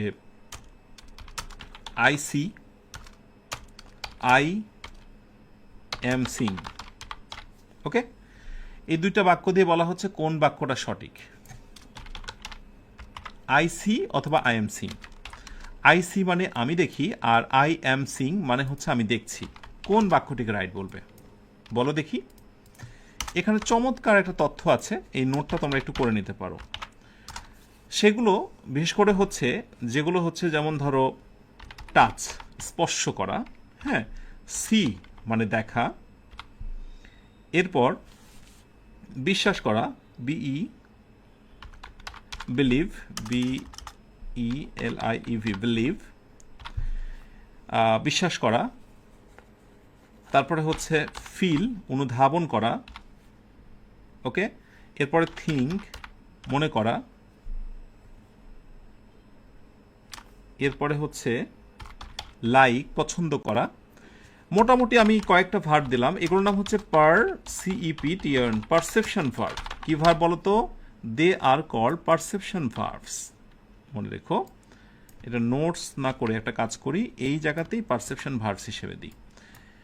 যেগুলো অনুধাবনমূলক ভার্ব, পারসেপ্ট থেকে পারসেপশন এসেছে, যেগুলো অনুধাবনযোগ্য ভার্ব, এই ভার্বগুলো সাধারণত এগুলো কি হয় না বলো তো?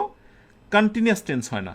এরা আমি ব্র্যাকেটে লিখে দেব যে হলো no continuous tense, no continuous,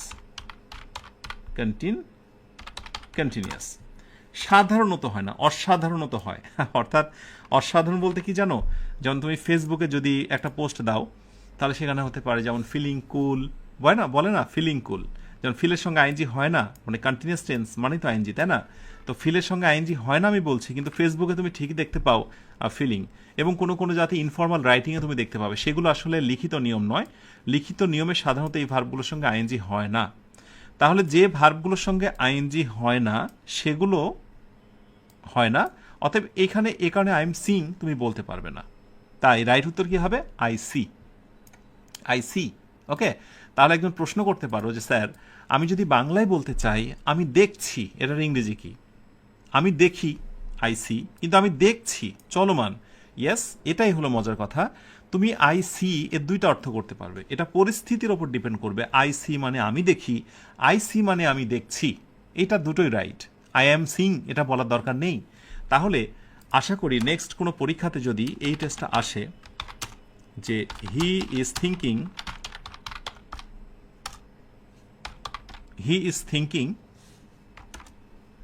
আর যদি বলা হয় যে হি থিংস, THING, থিংস, যদিও থিঙ্কের সঙ্গে আইএনজি হতে পারে অন্য ইস্যুতে, কিন্তু আমাকে বলো দেখি নর্মালি কি আইএনজি হয়? নো, হি ইজ থিঙ্কিং নয়, বরং হবে he thinks is the right answer, right answer. Okay, so এটাকে আমরা বলবো রাইট। সো এই ভার্বগুলো, যে ভার্বগুলো কথা বললাম, নর্মালি তারা কন্টিনিউয়াস টেন্স হয় না, দে আর কল্ড পারসেপশন ভার্ব। মনে থাকবে। আশা করি কন্টিনিউয়াস টেন্সের এই গোলক ধাঁধাটা তোমাকে অনেক বেশি সাহায্য করবে। মনে থাকবে? ওকে, ডান। তো এই হচ্ছে কন্টিনিউয়াস টেন্স। এরপরে হচ্ছে present perfect tense. Present perfect টেন্সে হ্যাভ বা হ্যাজ, আমি এক্ষুনি তোমাদের দেখাবো যে কোন সাবজেক্টে পরে হ্যাভ বা কোনটা পরে হ্যাজ বসে। এগুলো তো আসলে তেমন বোঝানোর কিছু নেই। ওকে, তেমন বোঝানোর কিছু নেই, এটা জাস্ট স্ট্রাকচারটা তোমরা একটু মনে রেখো। আর এইখানে বিশেষ করে প্রেজেন্ট পারফেক্ট কন্টিনিউয়াস টেন্সের ভিতরে তোমরা যেটা পাবে, একটা সালের কথা উল্লেখ থাকবে বা একটা সময়ের কথা উল্লেখ থাকবে, আর এখানে তোমাকে মুখস্থ রাখতে হবে হ্যাভ বিন অথবা হ্যাজ বিন। মনে থাকবে, হ্যাভ বিন অথবা হ্যাজ বিন। হ্যাঁ, এই জিনিসটা একটু মনে রেখো তোমরা। ব্যাস, এই মোটামুটি হচ্ছে প্রেজেন্ট টেন্সের ভিতরে গোলক ধাঁধা। এবার আমি তোমাদেরকে আরেকটা জিনিস তোমাদেরকে শেখাবো, সেটি হচ্ছে আমি প্রথম থেকে সকল তথ্যগুলো একটু করে নিই। সেটা হচ্ছে প্রেজেন্ট ইনডিফিনিট টেন্সের। প্রেজেন্টের ভিতরে he works at the hospital. একটু খেয়াল করো, আমরা পুরো আলোচনাটাকে সাম আপ করছি, সামারি। এই জায়গাটায় মনোযোগ থাকা জরুরি। প্রেজেন্ট কন্টিনিউয়াস টেন্স, ওকে। এরপরে আমরা নেব হচ্ছে প্রেজেন্ট পারফেক্ট টেন্স, এবং সবশেষে নেব প্রেজেন্ট পারফেক্ট কন্টিনিউয়াস টেন্স। ব্যাস, এই যে তিনটা বাক্য আমি নিলাম, ব্যাস। প্রেজেন্টেরই হচ্ছে তিনটা প্রকার। সো প্রেজেন্ট ইনডিফিনিট, যেটাকে আমরা বলছি সিম্পল, ওকে। এরপর আমরা বলবো প্রেজেন্ট কন্টিনিউয়াস, কন্টিনিউয়াস, কন্টিনিউয়াস টেন্সেরকে অনেক সময় বলা হয় প্রেজেন্ট প্রোগ্রেসিভ, ওকে। এরপরে হচ্ছে প্রেজেন্ট পারফেক্ট, ওকে, পারফেক্ট। এবং আরেকটি প্রকার আমরা দেখলাম, সেটি হচ্ছে present perfect continuous, present perfect continuous, continuous, continuous. হাজারো শিক্ষার্থীর একটা প্রশ্ন থাকে, অনেক সময় আমাকে অনেকে জিজ্ঞাসা করে, অনেকেই বলে যে স্যার এত স্ট্রাকচার আপনি কিভাবে মনে রাখেন। হ্যাঁ, তো আমি সেই গোপন রহস্যটা আমি তোমাদের বলছি। আসলে একজন শিক্ষক, শুধু আমি নয়, যে কোনো শিক্ষকই যখন, আচ্ছা কাজী একজন প্রশ্ন করেছো কাজী মন, যে সিন্স বা ফর নিয়ে এলোমেলো হয়ে যায়, ইটস ওকে, আমি সেটা সমাধান দেবো একটা ক্লাসে, আমি প্রিপোজিশন ক্লাসে সেটা নিয়ে বিস্তারিত কথা বলবো, কেমন? তো অনেকেই বলে যে স্যার আপনি এত রুলস কিভাবে মনে রাখেন। আমি তাদের জ্ঞাতার্থে বলে রাখি যে একজন শিক্ষক যখন উনি কোনো স্ট্রাকচার বলেন বা স্ট্রাকচারের কথা বলেন, যে সাবজেক্ট এরপরে ভার্বের সঙ্গে এস বাই এস, এর মানে কি জানো? এর মানে হচ্ছে এই স্ট্রাকচার লেখার আগেই ওর ভিতরে একটা সেন্টেন্স তৈরি হয়ে যায়। হি ভার্বের সঙ্গে এস বাই এস, তার মানে হচ্ছে হি ইটস রাইস, অথবা he works at the hospital. Well, তার মানে একটি বাক্য বলার সাথে সাথে ওটার নেপথ্যে একটা স্ট্রাকচার তৈরি হয়ে যায়। এবার আমরা এই বাক্যটাকে দুইটা ফরম্যাটে দেখব, একটা হচ্ছে নেগেটিভ ফর্ম এবং আরেকটি হচ্ছে ইন্টারোগেটিভ ফর্ম। এটা জানা খুব জরুরি, এটার মধ্য দিয়েই বলা যায় যে এই আলোচনা পূর্ণতা আসবে। একটু খেয়াল করো সবাই, তাড়াহুড়ো করা যাবে না। বেসিক ক্লাসের এই আয়োজন তোমার জীবনের জন্য শেষ একটা কি বলবো,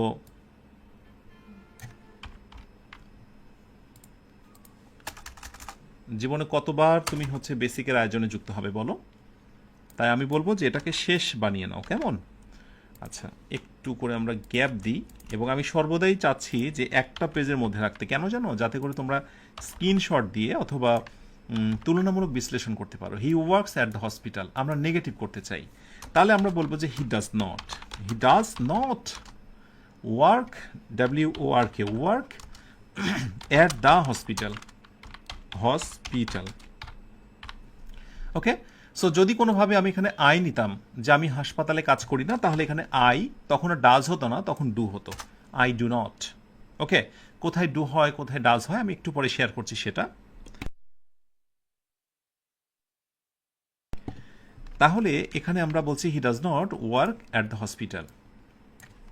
এবার আমরা যদি ইন্টারোগেটিভ করি প্রশ্নটাকে, যে আমি কি হাসপাতালে কাজ করি অথবা সে কি হাসপাতালে কাজ করে, সরি, তাহলে এখানে কি হবে?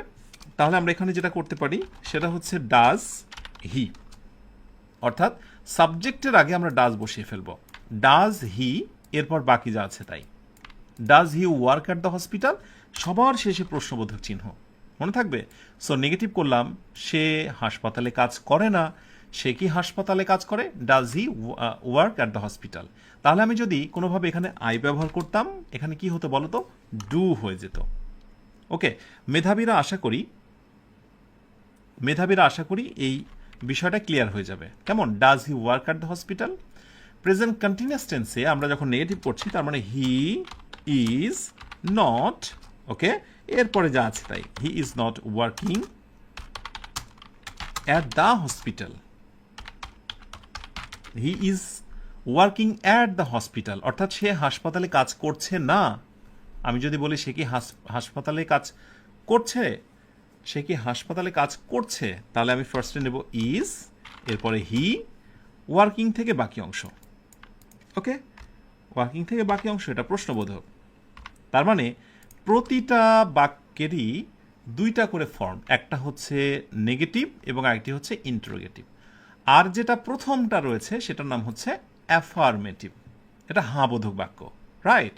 সো এটাকে নেগেটিভ করছি আমরা, প্রেজেন্ট পারফেক্টটাকে আমরা করছি যে he has not, he has not, এরপর যা আছে তাই, he has not work at the hospital, he has not work at the hospital, okay. তাহলে আমরা যদি ফার্স্টে নিয়ে আসি যে হ্যাজ হি, প্রশ্ন করছি, ওয়ার্কড অ্যাট দ্য হসপিটাল, এগুলো বলো তো আমাদের কেন শিখতে হয়? কারণ এগুলো দিয়েই তো আমরা প্রশ্ন করি, এগুলো দিয়েই তো আমরা স্পোকেন শিখি, কেমন? বা কেউ কনভারসেশনের সময় কথাগুলো বলছে, এগুলোই তো আমরা লিখি, তাই না? So has he worked at the hospital, সে কি হাসপাতালে কাজ করেছে? আর প্রেজেন্ট পারফেক্ট কন্টিনিউয়াস টেন্সের ক্ষেত্রে আমরা কি করতে পারি নেগেটিভ, যে হি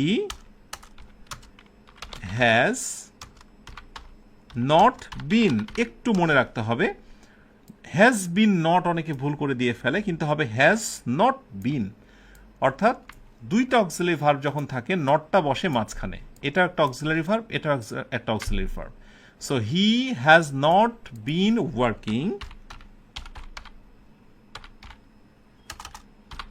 ওয়ার্কিং, তারপরে যা আছে তাই, এই যে বাকি অংশগুলো বসে দাও, অ্যাট দ্য হসপিটাল সিন্স 2018, কেমন?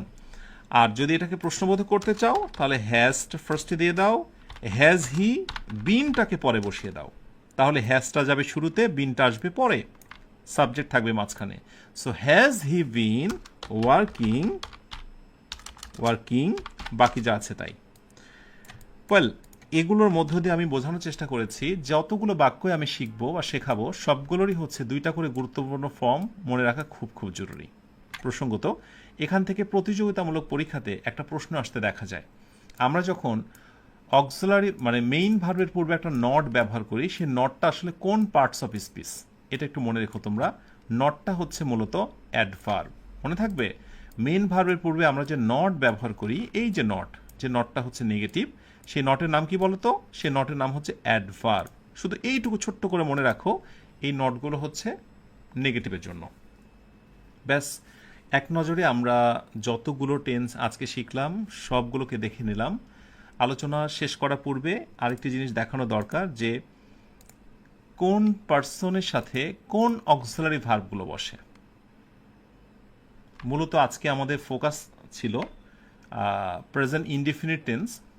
দেখে নিও, ইনডিফিনিট টেন্সে আই, উই, ইউ, দে এগুলোর পরে ডু বসে, অর্থাৎ আই ডু নট অথবা I do, we do not অথবা we do, you do not বা you do, they do not বা দে ডু, রাইট? আর থার্ড পারসন সিঙ্গুলারের একটা তালিকা আমি অলরেডি দিয়েছি তোমাদের, হি, শি, ইট, এগুলো পরে ডাজ বসে, অর্থাৎ হি ডাজ বা he does not, she does বা she does not, it does বা ডাজ নট, কোনো কিছুর নাম রিনা বা সীমা ডাজ অথবা does not. Okay, continuous tense একটু দেখে নিও, যে হি, শি, ইট কোনো কিছুর নাম, এগুলো পরে ইজ বসে, আর উই, ইউ, দে এর পরে আর বসে। ওকে, আর এম বসে তো অবশ্যই আয়ের পর, আই এম, তাই না? প্রেজেন্ট পারফেক্ট টেন্সে আয়ের পরে বসে হ্যাভ, আর হি, শি, ইট বা কোনো কিছুর নাম হলে তারপরে বসে হ্যাজ। চমৎকারভাবে দেখে নিও, এই জিনিসটাই অনেকে ভুল করো। আর প্রেজেন্ট পারফেক্ট কন্টিনিউয়াস টেন্সে আয়ের পরে বসে হ্যাভ বিন, আর থার্ড পারসন হি, হ্যাজ কোনো কিছুর নাম, এগুলো পরে বসে হ্যাজ বিন। আর যদি উই, ইউ, দে বসে তাহলে বসে হ্যাভ বিন। এই তো confusion, am I right? So এটা আমি তোমাদেরকে পেইড ব্যাচে আমি দিয়ে দেবো, সেখান থেকে দেখে নিও, কেমন? ব্যাস, আমরা আলোচনার ইতি টানবো আজকে। আলোচনার শেষে ছোট্ট একটা প্রশ্ন করে আজকের আয়োজনটার ইতি টানি, দেখি যে তোমরা কতটুকু ধরে রাখছো। ইনশাল্লাহ আগামী দিন আমরা পাস্ট টেন্স নিয়ে কথা বলবো, কেমন? একটা টেস্ট দেখা যাক। আমি যদি বলি যে পোস্ট দ্য লেটার, দেখি উপস্থিত বুদ্ধি থেকে কতজনে আনসারটা দিতে পারছো। বলো তো, পোস্ট দ্য লেটার এটা কি টেন্স? অপশন এ, যতটুকু শিখেছ, present indefinite. Option B, present continuous. Option C, present perfect. Option D, present perfect continuous. B, C, D. ওকে,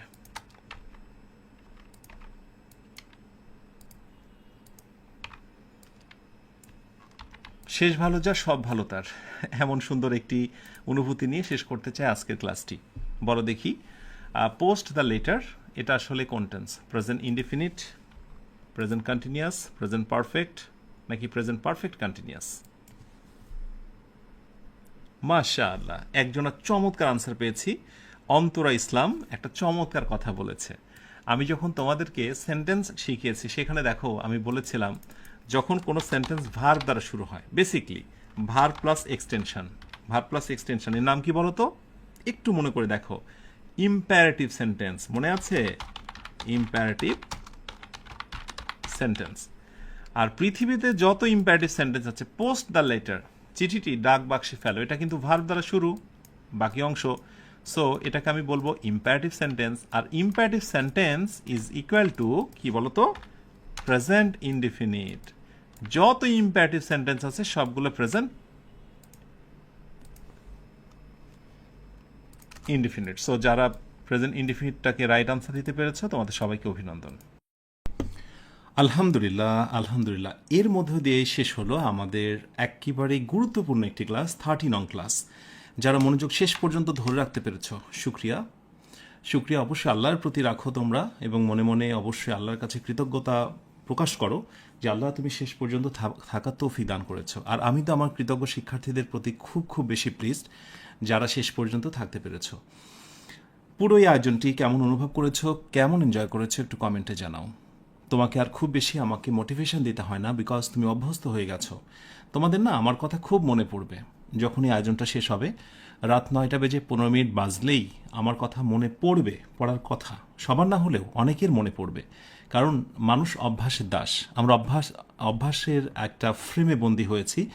তো সেখান থেকে তোমাদের প্রতি আমার মায়া জন্ম নিয়েছে। মায়ের বাঁধন ছিন্ন হোক কখনো, এটা কখনোই চাই না। সাথে থেকো, প্রত্যেকের জন্য দোয়া করি। আমার কথাগুলোকে অক্ষরে অক্ষরে পালন করো। আমি তো বারবারই বলেছি, অন্ধের মতো করে বিশ্বাস করো, ইনশাআল্লাহ বিপথে যাবে না। আর তোমার বিশ্বাস আমার কাছে আমানত স্বরূপ। আমি কখনোই চাই না যে বিশ্বাস নিয়ে তোমাদের সঙ্গে কোনোভাবে আমি খেলা করি। যারা লেগে আছো আমার সাথে, ইনশাআল্লাহ নিজের পরিবর্তন অনুভব করছো। শেষ করবো আজকের আয়োজনটি ইনশাআল্লাহ। এটি বলা থাকবে, যেহেতু ঈদের সময় এসে গেছে, আমরা ক্লাসটা কবে শেষ করব? আমি তোমাদের একটা ছুটির বার্তা দিয়েছিলাম, বাট পরে একটু কারেকশন করা হয়েছে। আমি আগামীকাল একবারে তোমাদেরকে ছুটির বিষয়ে ফাইনাল একটা ডিরেকশন দিয়ে দেব। আশা করছি আগামীকাল তোমরা ঈদের ছুটির ফাইনাল ডিরেকশনটা পেয়ে যাবে। ঠিক আছে? সো ক্লাসটা শেষ করেই তোমরা আবার রিভিশনে বসে যাও। যদি কোনো প্রশ্নের আনসার তোমরা পাওনি, হয়তো বা কমেন্ট করেছিলে, আমি দেখছিলাম, দিতে পারিনি, বাট মনে রেখো প্রতিটা কোয়েশ্চেন্সের আনসার তুমি কোথাও না কোথাও পেয়ে যাবে। আমি ক্লাসটা ওভাবে নিয়েছি। তোমার কাজ হচ্ছে প্রতিটা ক্লাস আরেকবার করে রিভিশন দেওয়া। ইনশাআল্লাহ সমস্ত প্রশ্নের আনসার তোমার ক্লিয়ার হয়ে যাবে। কি তোমার অনুভূতি, কেমন লেগেছে এই দুটো আয়োজন মিলে? কমেন্টে জানাতে থাকো। দেখতে দেখতে শেষ করে আজকের আয়োজনটি। তোমরা সবাই অনেক ভালো থেকো, যে ভালো শেষ নেই। সুখে থেকো, যে সুখে সীমানা নেই। এই অনন্ত শান্তির চিরন্তন প্রত্যাশায় সবাইকে শুভরাত্রি। আসসালামু আলাইকুম ওয়া রাহমাতুল্লাহ।